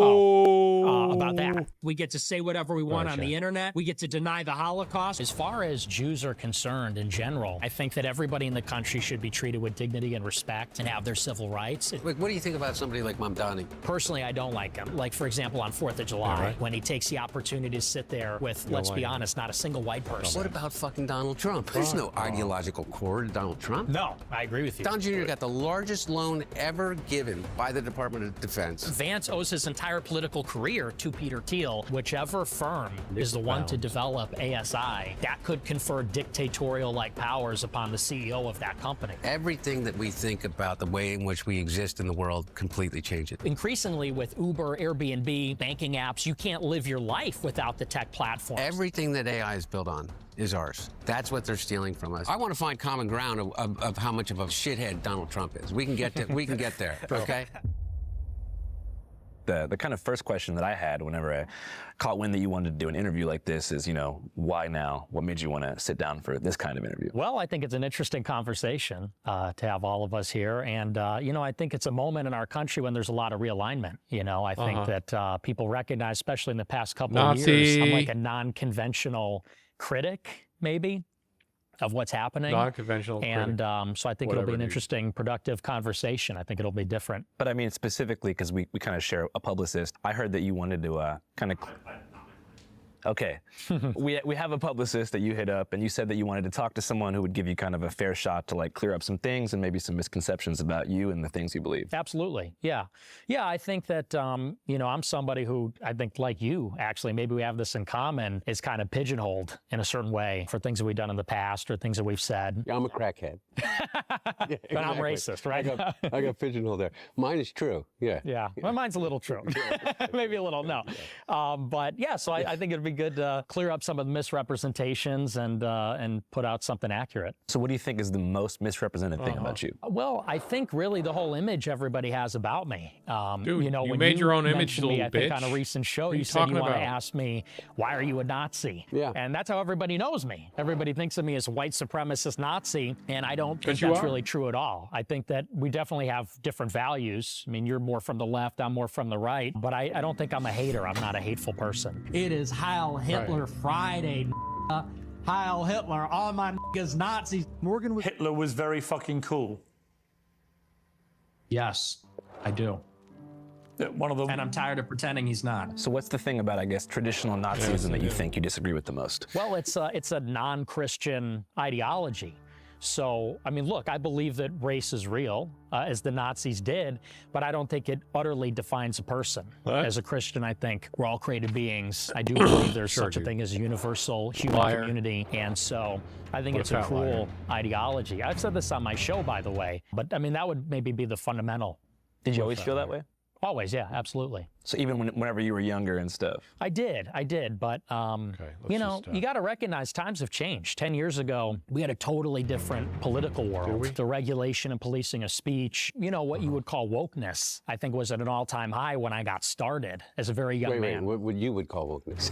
Yes. What? Exactly. Well, and I think, I mean, would you not say there were some excesses maybe in those days? Yeah, you know, in those days, I wasn't doing too well, so I wasn't paying much attention. Anyway, I would love to hear, and I'm not asking you to like retract everything that you've ever said and all the, you know, or anything, but I said that I would love to talk to you because number one, I told you this, is that I think you're really smart, and I think that with that comes in a real responsibility, and you have an audience, and I have a friend whose son is my daughter's age, you know, maybe 28, you know, your age. And he's really smart, and he is a big fan of yours. And so, by virtue of the relationship, I got to learn what it is that why he is a fan of yours. And none of it has to do with, I would hope you agree, like really egregious things that you've said in the past about the Holocaust or about, you know. Did the Jews ever talk about the 100 million whites that died in World War II? Or do they just bitch and moan about the so-called 6 million Jews that died? And so it's just nice to poke holes in it and say, it's not 6 million. 6 million? I don't think so. And I don't even know, I think I've heard you since rescind a lot of that. You concede that 6 million Jews died in the Holocaust? Possibly more. Possibly, we're discovering all the time, so it could be, maybe even be more than that. But what he agrees with is kind of the anger about the situation that particularly your generation finds yourself in. I know that to be real, and I think that there are, you know, maybe my reasons for recognizing that anger as being legitimate, and my targets are different than yours. I just wanted to hear from you. When you say you were canceled by the right in 2016. Yes. I almost felt like in preparing to meet you now, is that your reaction to that was to just dig deeper and deeper into kind of the outsider, kind of radical, say anything for the purpose of generating, you know, the attention to build an audience. Yeah. Is that true? And it's not an accusation. I really mean it. I want this to be a conversation as much as possible. I mean, there's certainly some truth to that, but I think that might be overstating it a little bit, because I really got canceled by the right and the left. Yeah.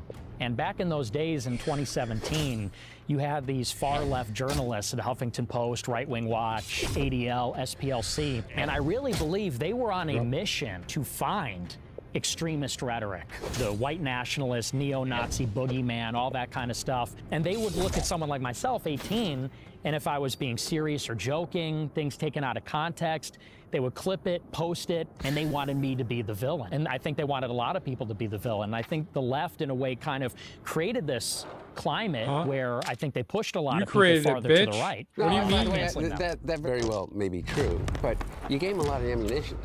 That's true. You know, I mean, I hope that some of those things that you said in the past are not things that you believe and that are you meant just to engender like a really radical kind of response. I mean, is that true or not? Well, you know, again, I think that back in those days, you could not say anything. In 2017, 2018, cancel culture was so in overdrive. Any joke, any edgelording, anything like that, they would, first of all, there's no sense of humor. I'm so old, I don't even, what's okay, well, to break it down for you, so the dawn of wokeness as it's known today, I think was in like the post-Trump era. After Trump won the election in 2016, there was a big movement to deplatform and kind of push away those who, I guess the left feel like had galvanized them into the presidency.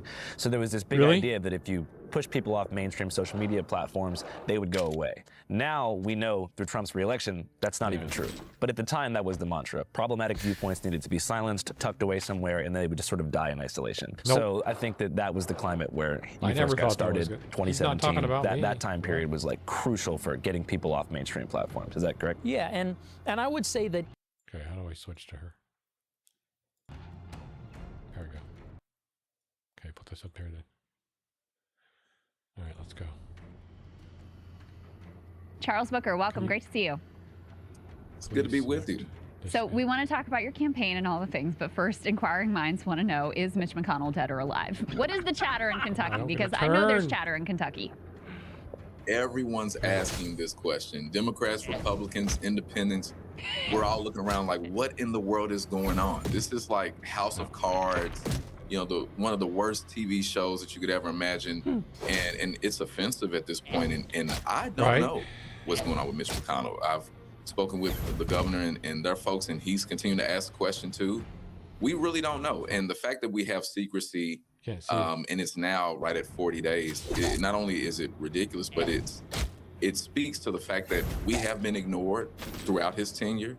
And even now, because yes, it's a personal health matter, but when it impacts his ability to show up for the people of Kentucky and to do his job, he's not doing he nothing. Should be accountable to the people. And that's not a partisan statement. That really is just factual. And he's not doing hard nothing. To believe, but with the crazy times we're facing now in this country, I'm Mitch McConnell. The unexpected should be expected now. I guess. Are you Myrtle, telling Myrtle. Governor Bashir, like, And hey, turtles maybe and don't show turtles. up at the hospital? Like, what can we do? Because I know probably I do declare everybody probably knows a lot of the staffers a moratorium for on Mitch McConnell. They've been completely silent as It's well. 40-something days now? Is it 40-something days? I think it's 40 days. It's been 40 days. And you know what? I've talked to my team as well. It's like, well, shouldn't we all go check on him at the hospital? I think they probably have my picture up to not let me on the block. But we really do need to know what's going on because there are critical decisions that are impacting Kentucky and this country right now, including funding Trump's endless war, this horrific conflict that's devastating not only Iran, but our global economy, certainly us here at home. And the very decisions that are being made, they go through Mitch McConnell. And him not being there is costing a lot of us the opportunity to hold him accountable. But of course, to make sure that Kentucky is at the table. So I'm doing whatever I can to sound the alarm. I put out the call for transparency. I was the first to do that here in Kentucky. And since then, a lot of folks on all sides of the aisle have spoken up to do the same, including the governor. And so I'm continuing to sound the alarm because this moment is too important for Kentucky to get ignored like we always do. Does it surprise you how little this is being talked about in Washington, D.C.? Because it is kind of surprising me. Like, I'm trying to think if the shoe was on the other foot and you had a Democrat in the exact same position as Mitch McConnell, I think that would be on Fox News virtually every day. They would be saying, like, where is this person? Why have we heard nothing? There should be a process to effectively kick him out of office or, try to fix the problem. Like, do you think there should be a legal process to address this? I think of, like, the Representative Keene is his name. Tom the guy, Keene. he disappeared for how many months? He was just gone for like 3 months. He's gone for 3 months. Now, if Just anybody chilling. watching this doesn't show up to their job for 3 months, they'll be fired immediately. They'll be fired after Right. what? 3 know days what probably. So this leeway is kind of crazy, no? I completely agree. And of course, even before this, I've called for term limits. We have seen a lot of our elected officials stay in office until they pass. And like I've always mentioned, Mitch McConnell was elected when I was 2 weeks old. So Yeah, he's really it's been fucked screwing up, us bro. my entire life. And we do need to take this moment into account and say, what do we do, not only as a Commonwealth, but as a country to make sure that the people are represented and that if someone's elected to office, that they do the job. And, when you ask about what would it look like when the shoe was on the other foot, we saw it. When President Biden was running for re-election and there were questions about his health, and this was bipartisan, Democrats and Republicans alike were calling out the concerns about his ability to continue through the campaign and whether his health was called into question. And my opponent, Andy Barr, actually called for him to step down, to drop out of the race, but also to resign because of his health concerns. And now that Mitch McConnell, the person who's supposed to represent us in Kentucky, the seat that he says he wants to take, now that Mitch McConnell is gone, he's silent and they're covering for him. And this is not about political expediency.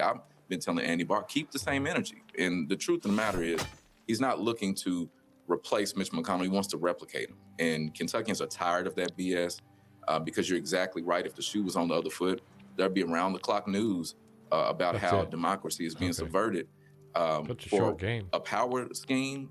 Why would Mitch McConnell and his team not be honest right now? Damn. Why wouldn't they explain? And to say that he was in the hospital for a mild case of pneumonia, that he fell and did not injure himself badly, no concussion, put out this photo that he has not looked that young in years. The idea that he could have 20-minute conversations with people like Scott Jennings. Mitch McConnell could not hold a 20-minute conversation last year. So at this point, we all see that this is BS. Now, whatever is going on his personal side, look, I know he has the best medical professionals, and I want everyone to have high-quality health care. That's part of my platform. So, of course, the folks who are caring for them, I hope they're doing a great job. But on the side of representing our country, they need to show up, or he needs to step down, and we got to move on. Well, here's the thing. I don't know if people understand. Like, Mitch McConnell's not popular in Kentucky. His favorability ratings have long been in the toilet. But then, you know, a Democrat goes up against him, and the political realities of Kentucky, which has trended hard right at the federal level. It does have a popular Democratic governor with Andy Beshear right now. But in any case, at the federal level, those hard political realities set in. So what are you seeing, Charles, that gives you hope that things will be different this time around? Well, I think just looking at the news for 30 seconds, we can all see how everything has completely been flipped upside down. And in a lot of ways, for me as a candidate and the type of campaign that I lead that is rooted in community, that is speaking to our issues and addressing generational poverty and making sure that everyone can live a good quality life. Now the news has shifted, and Trump has flipped the political narrative to where I don't seem radical anymore. It's actually very rational to make sure that everyone has high quality health care. And because I've been organizing for years across Kentucky from the hood to the holler, literally, we've built a coalition of Democrats, Republicans, and Dylan Mulvaney cost Bud Light $35 billion in market cap. That was the worst commercial ever made, by the way, for those few people who want to hear correspondent? That. Most people don't care, but I would. I wouldn't want to hire Dylan anytime soon.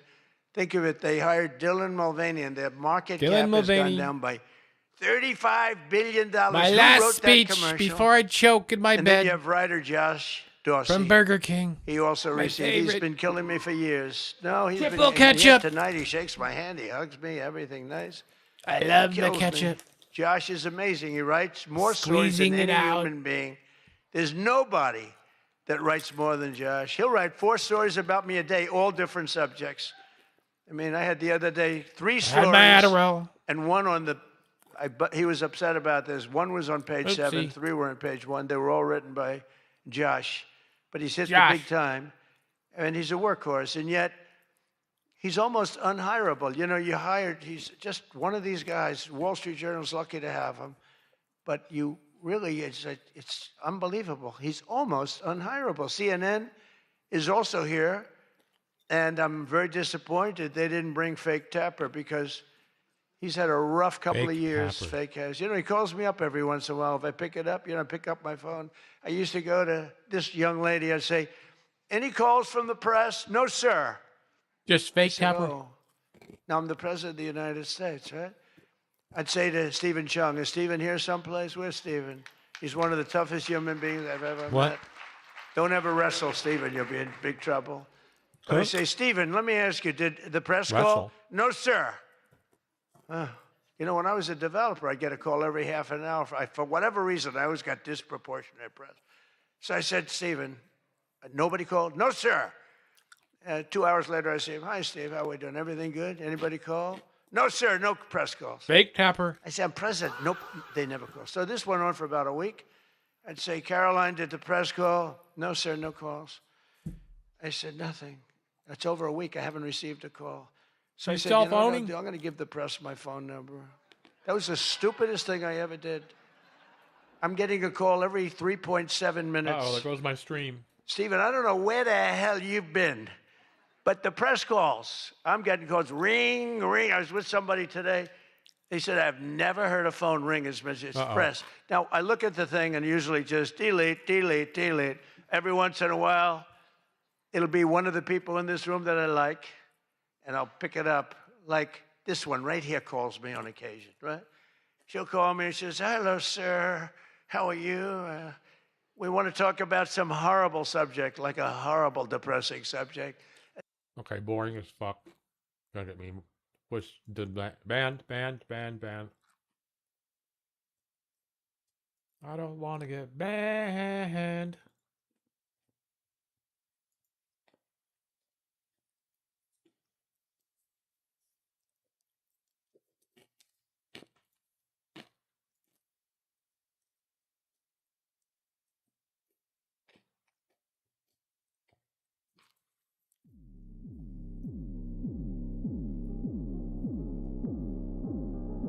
GI, your government has abandoned you. They have ordered you to die. GI, do not trust them. Defect, GI. They lie to you, GI. You know you cannot win this war. Your rich leaders grow richer while you die in the swamp, GI. They will give you a medal, GI, but only after you are dead. Your government lies to you every day, poor soldier. You have lost this war, GI. Your army will leave you behind. Imperialists make you fight this war, GI. They do not care about you. GI, your government has betrayed you. You will not return for you. GI, your airplanes bomb your own men. You are not safe here. The skies are dangerous, GI. They will napalm you tonight. Your pilots do not care that you are down here, GI. You cannot dig foxhole to hide in, G.I. Joe. Your bombers will fire you. G.I. Your helicopters fall from the sky like broken birds. They cannot see from your airplanes, G.I. They come to bomb you.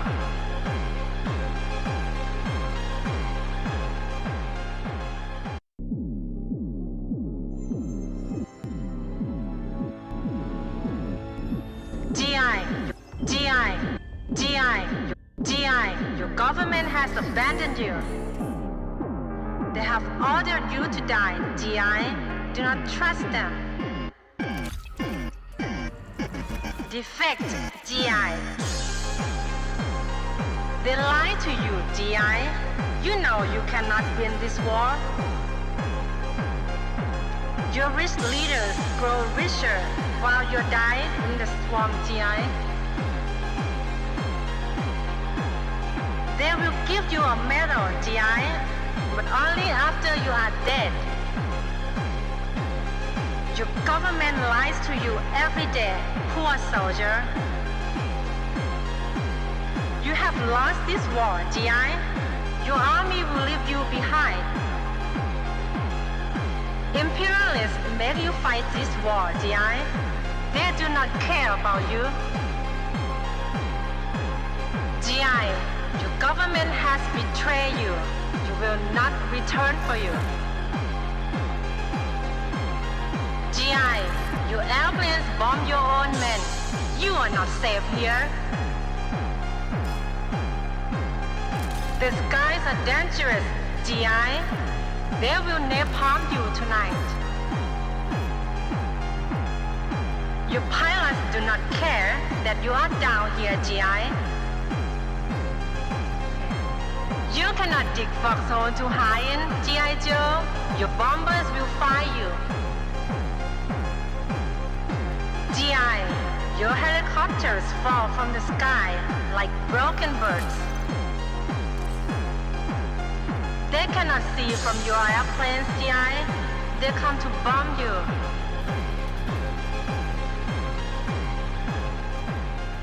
That's right, chat. That's right. Don't get it fucking twisted.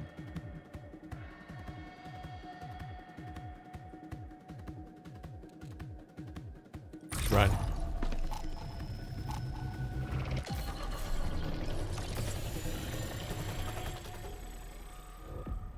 Let's go. Can't do the headphones, boys. No headphones allowed.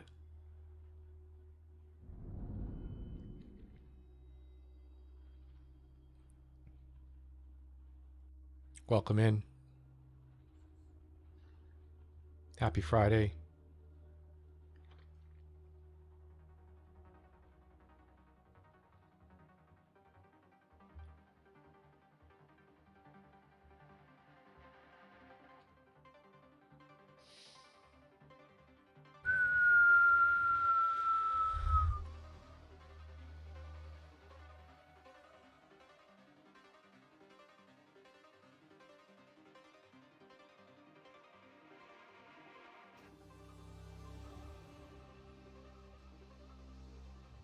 Do I get feedback if I do that?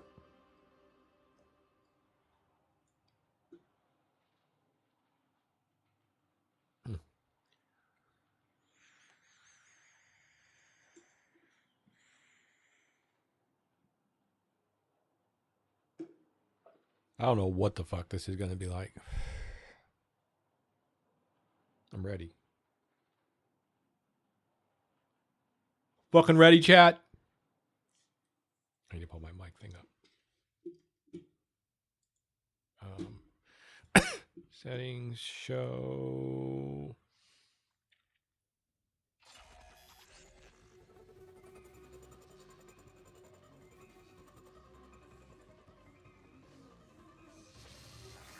Huh? Oh, there it is. We're good. Let's go. Alert.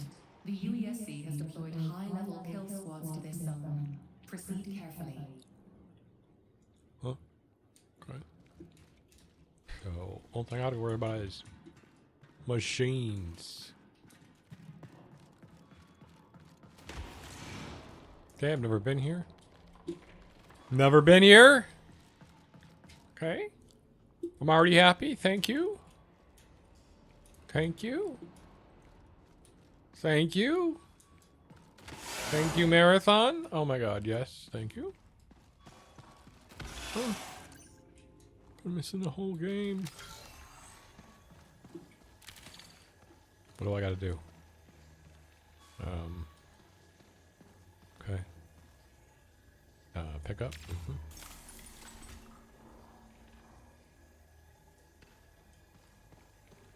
Okay. That where I'm supposed to go? Preservation? Take fall damage. Huh. Alright, what do I got? What do I got for a loadout? Just a gun, huh?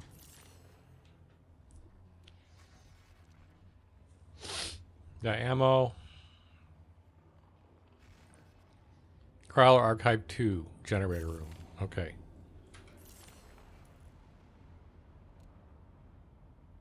Where's generator room?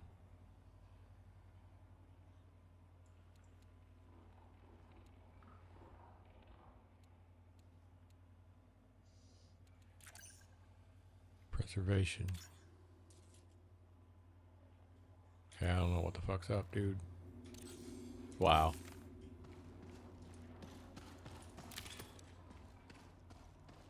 Looks good, dude.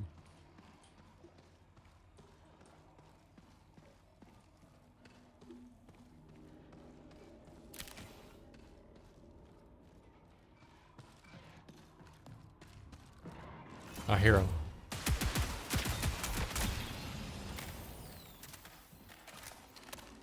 Be this motherfucker.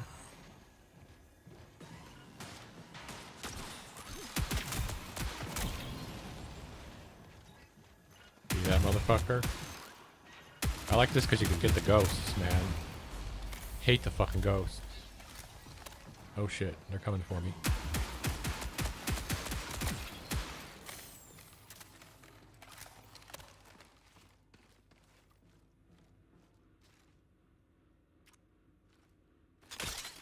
Like I don't need to forget about the fucking humans. Hello? Oh yeah, it works. Did I get shot?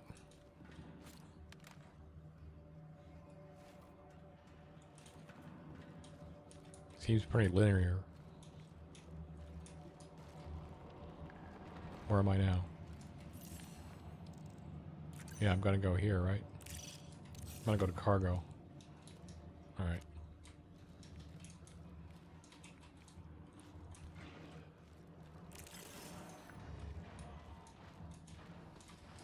I hear him. Let's go up here.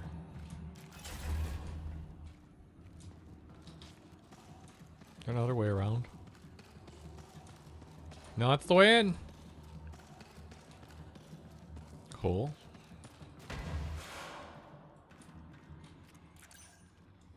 Be this motherfucker as soon as I see him. Huh? Where is he? Oh, down there.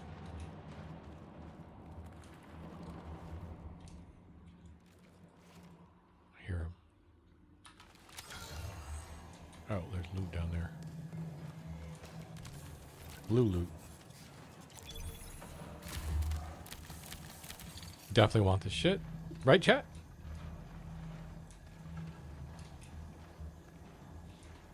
I hear him. Where is he? Oh. There he is.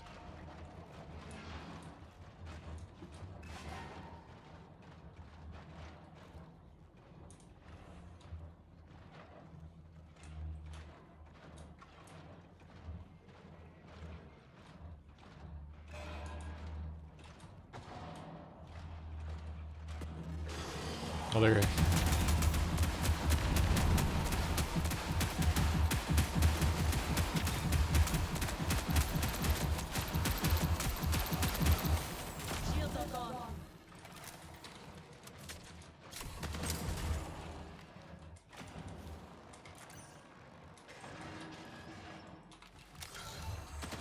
All I got, boys.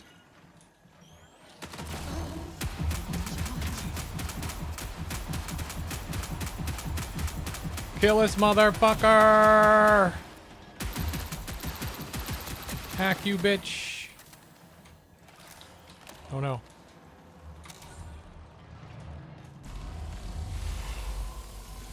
What is this shit? Fuck you!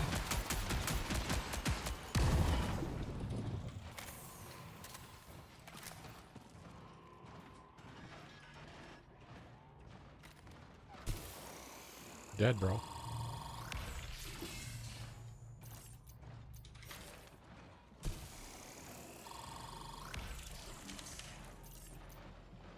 Me. There's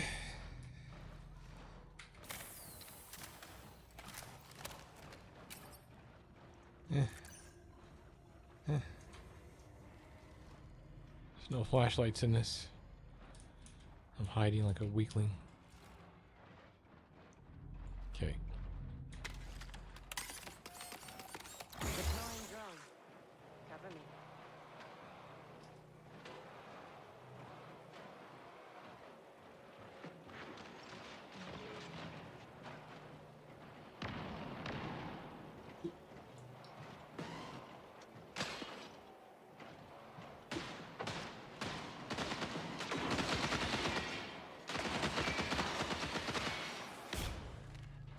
Shit.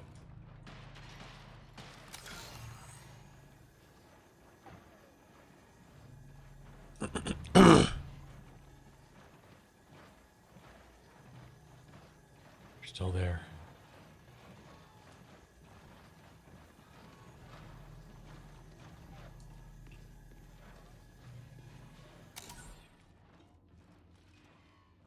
Somehow they hear me. How do I get by him? God, I need to go to cargo.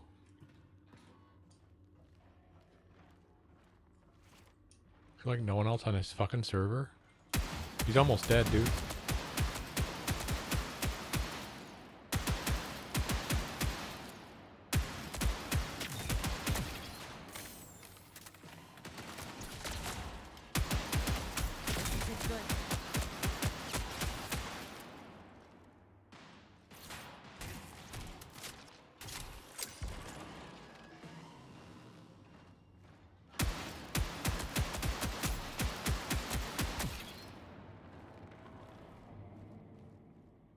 Okay.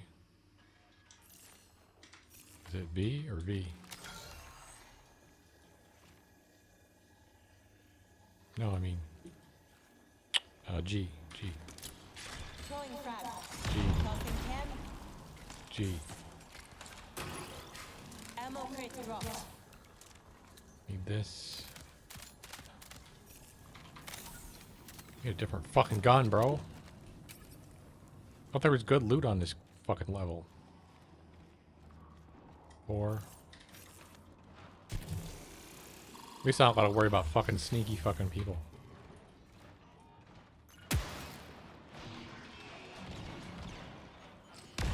Oh shit, oh shit.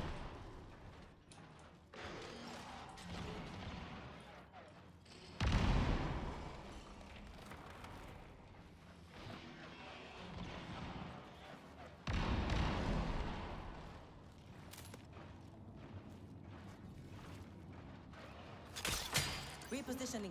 Oh, let's go up here.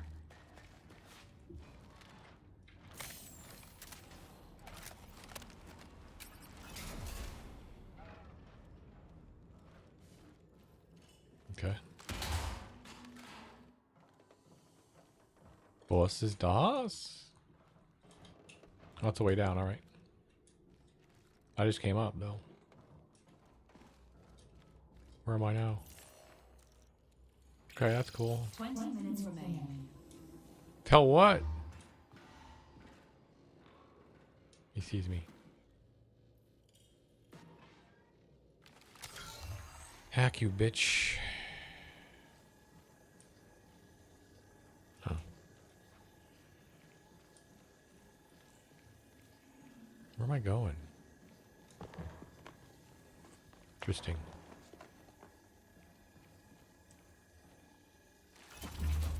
Is there loot here or what?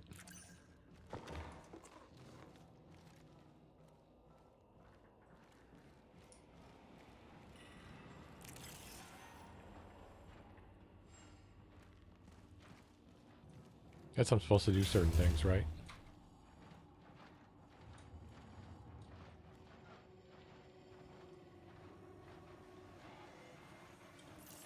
I gotta go here?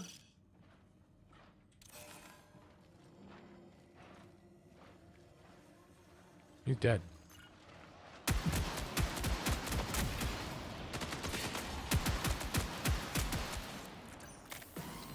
Ooh, upstairs. There he is.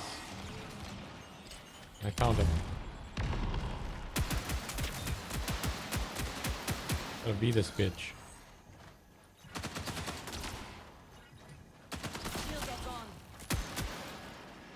He's evasive. No purple armor down here.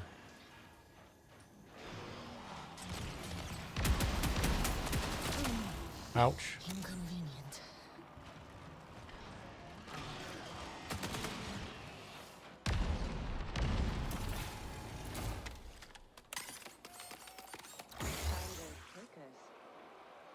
Distraction.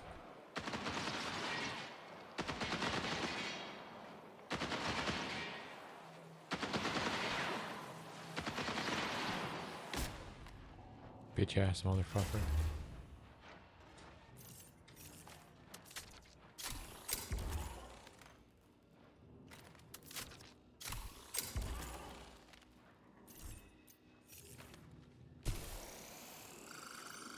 God damn it.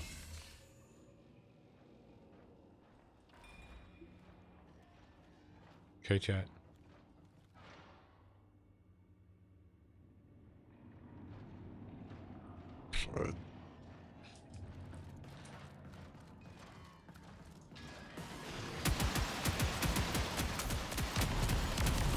Running out of ammo, dude.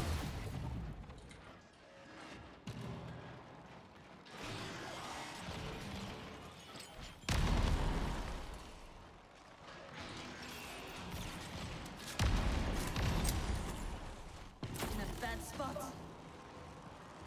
Okay, no shit. Oh, there we go. Right under me.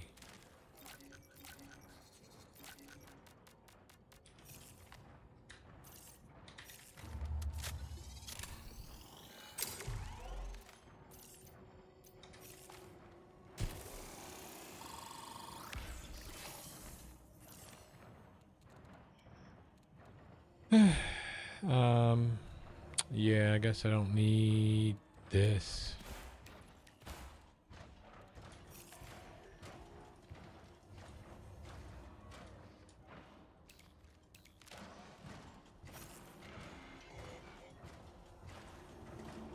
Can I avoid this guy somehow?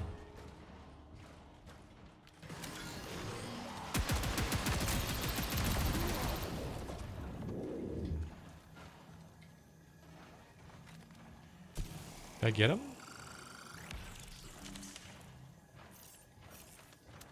No, there's another one. Okay, I got him though.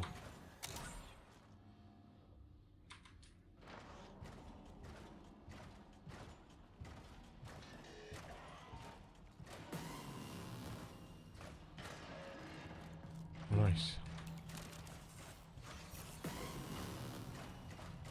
Fuck is he?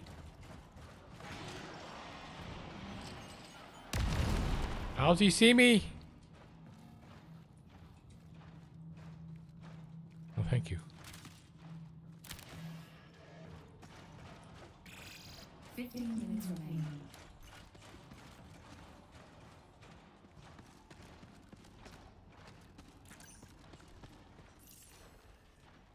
Two. There we go. Okay, now we got a gun.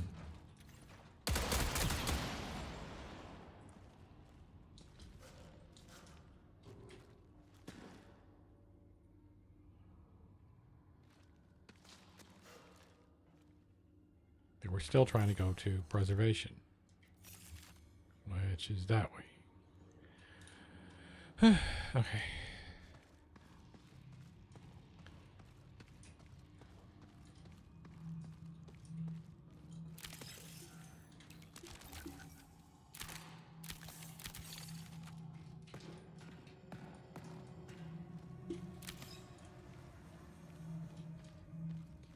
Uh-oh.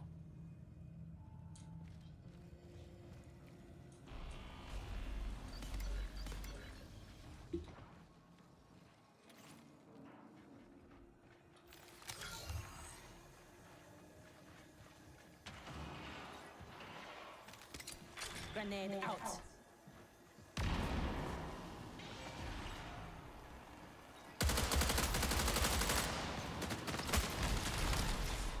What the fuck?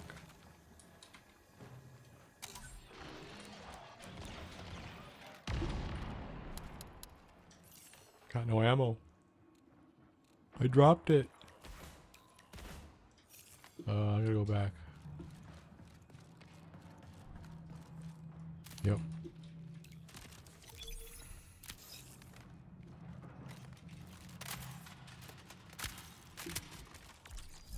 The gun's actually good.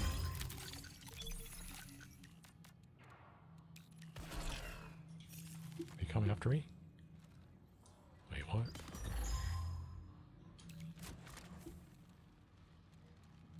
Oh, this is good loot.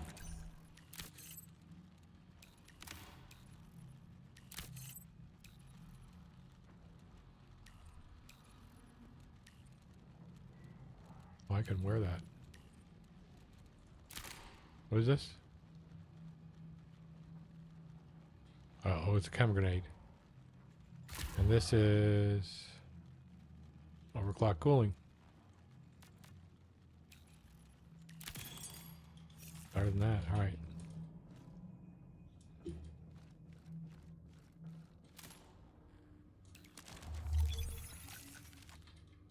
Okay, I don't want this anymore.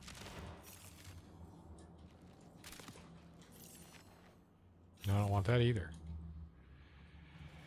I want to L this bitch. Thank you. Alright, we're going back. We got weapons now. We got V.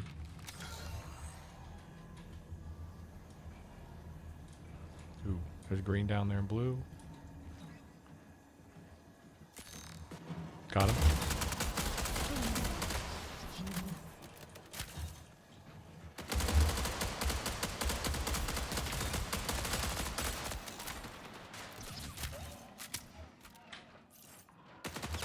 Got nothing.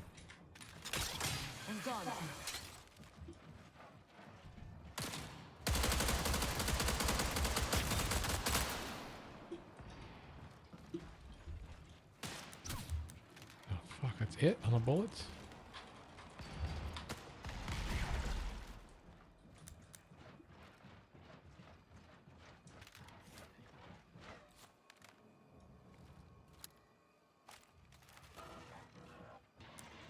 Bullets suck, dude. Throwing toxins.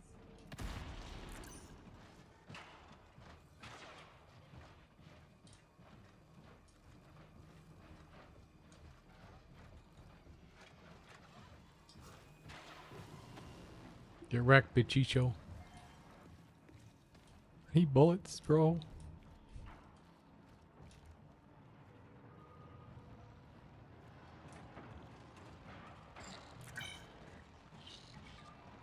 Who's that?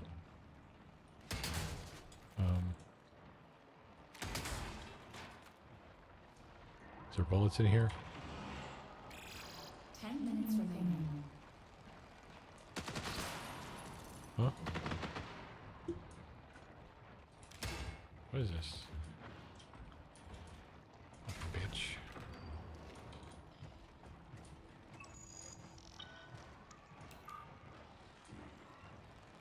I think I want to do that right now.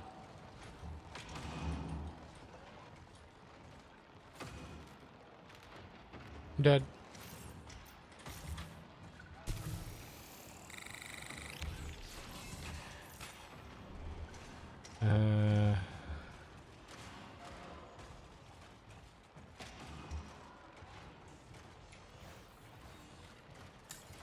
Got a panacea, I'll use it.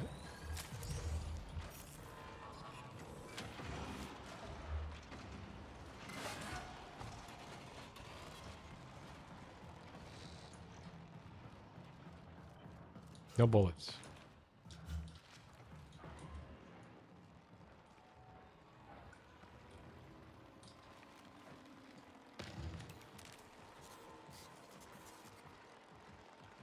Ah, yes.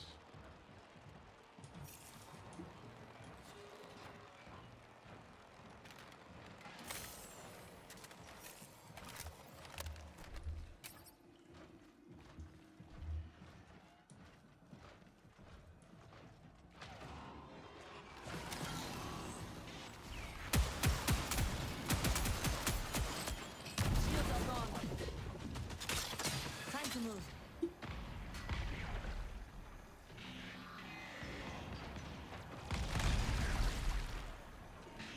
Purple motherfucker.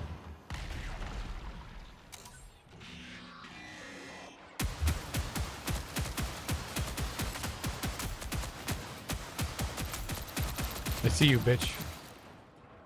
That's it, though.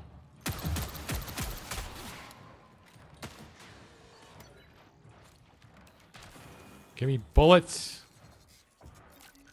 Yes. Wrong kind.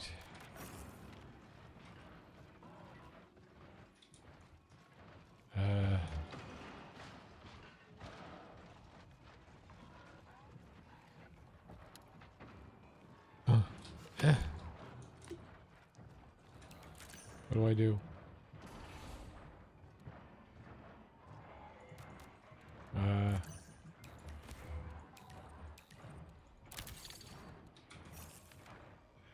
I need that.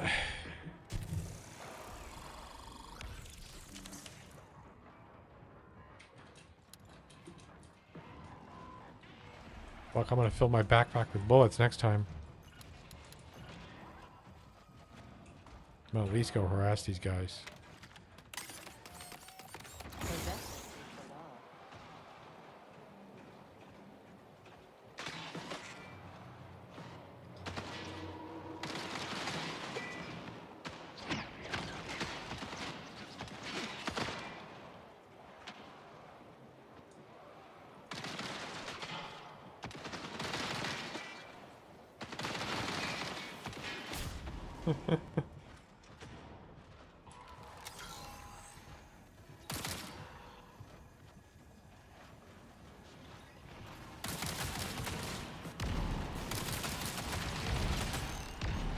God, you gotta track him forever, dude. Holy shit, bro.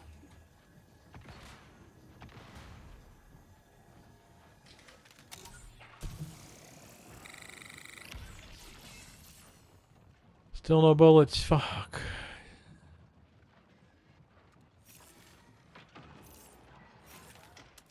Now he's coming up here. Okay. They're getting smart now. Come on, bitch.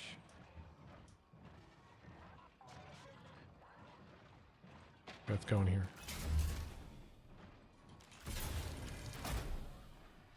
Kind of crap, son. Oh, there he is. Actually, not where we want to be.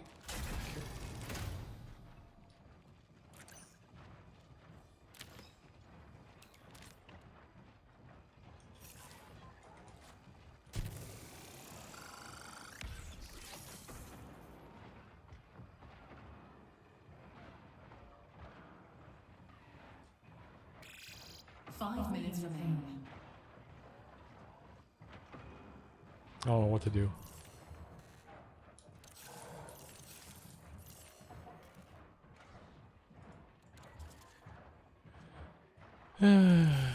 It's fine. I don't know what I'm doing. Now I do.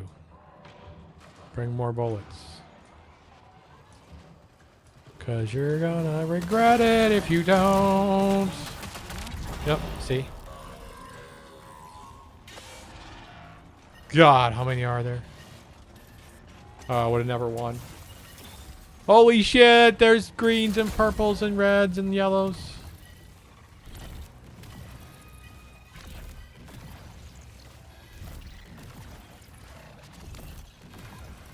Alright, that's it for me, guys.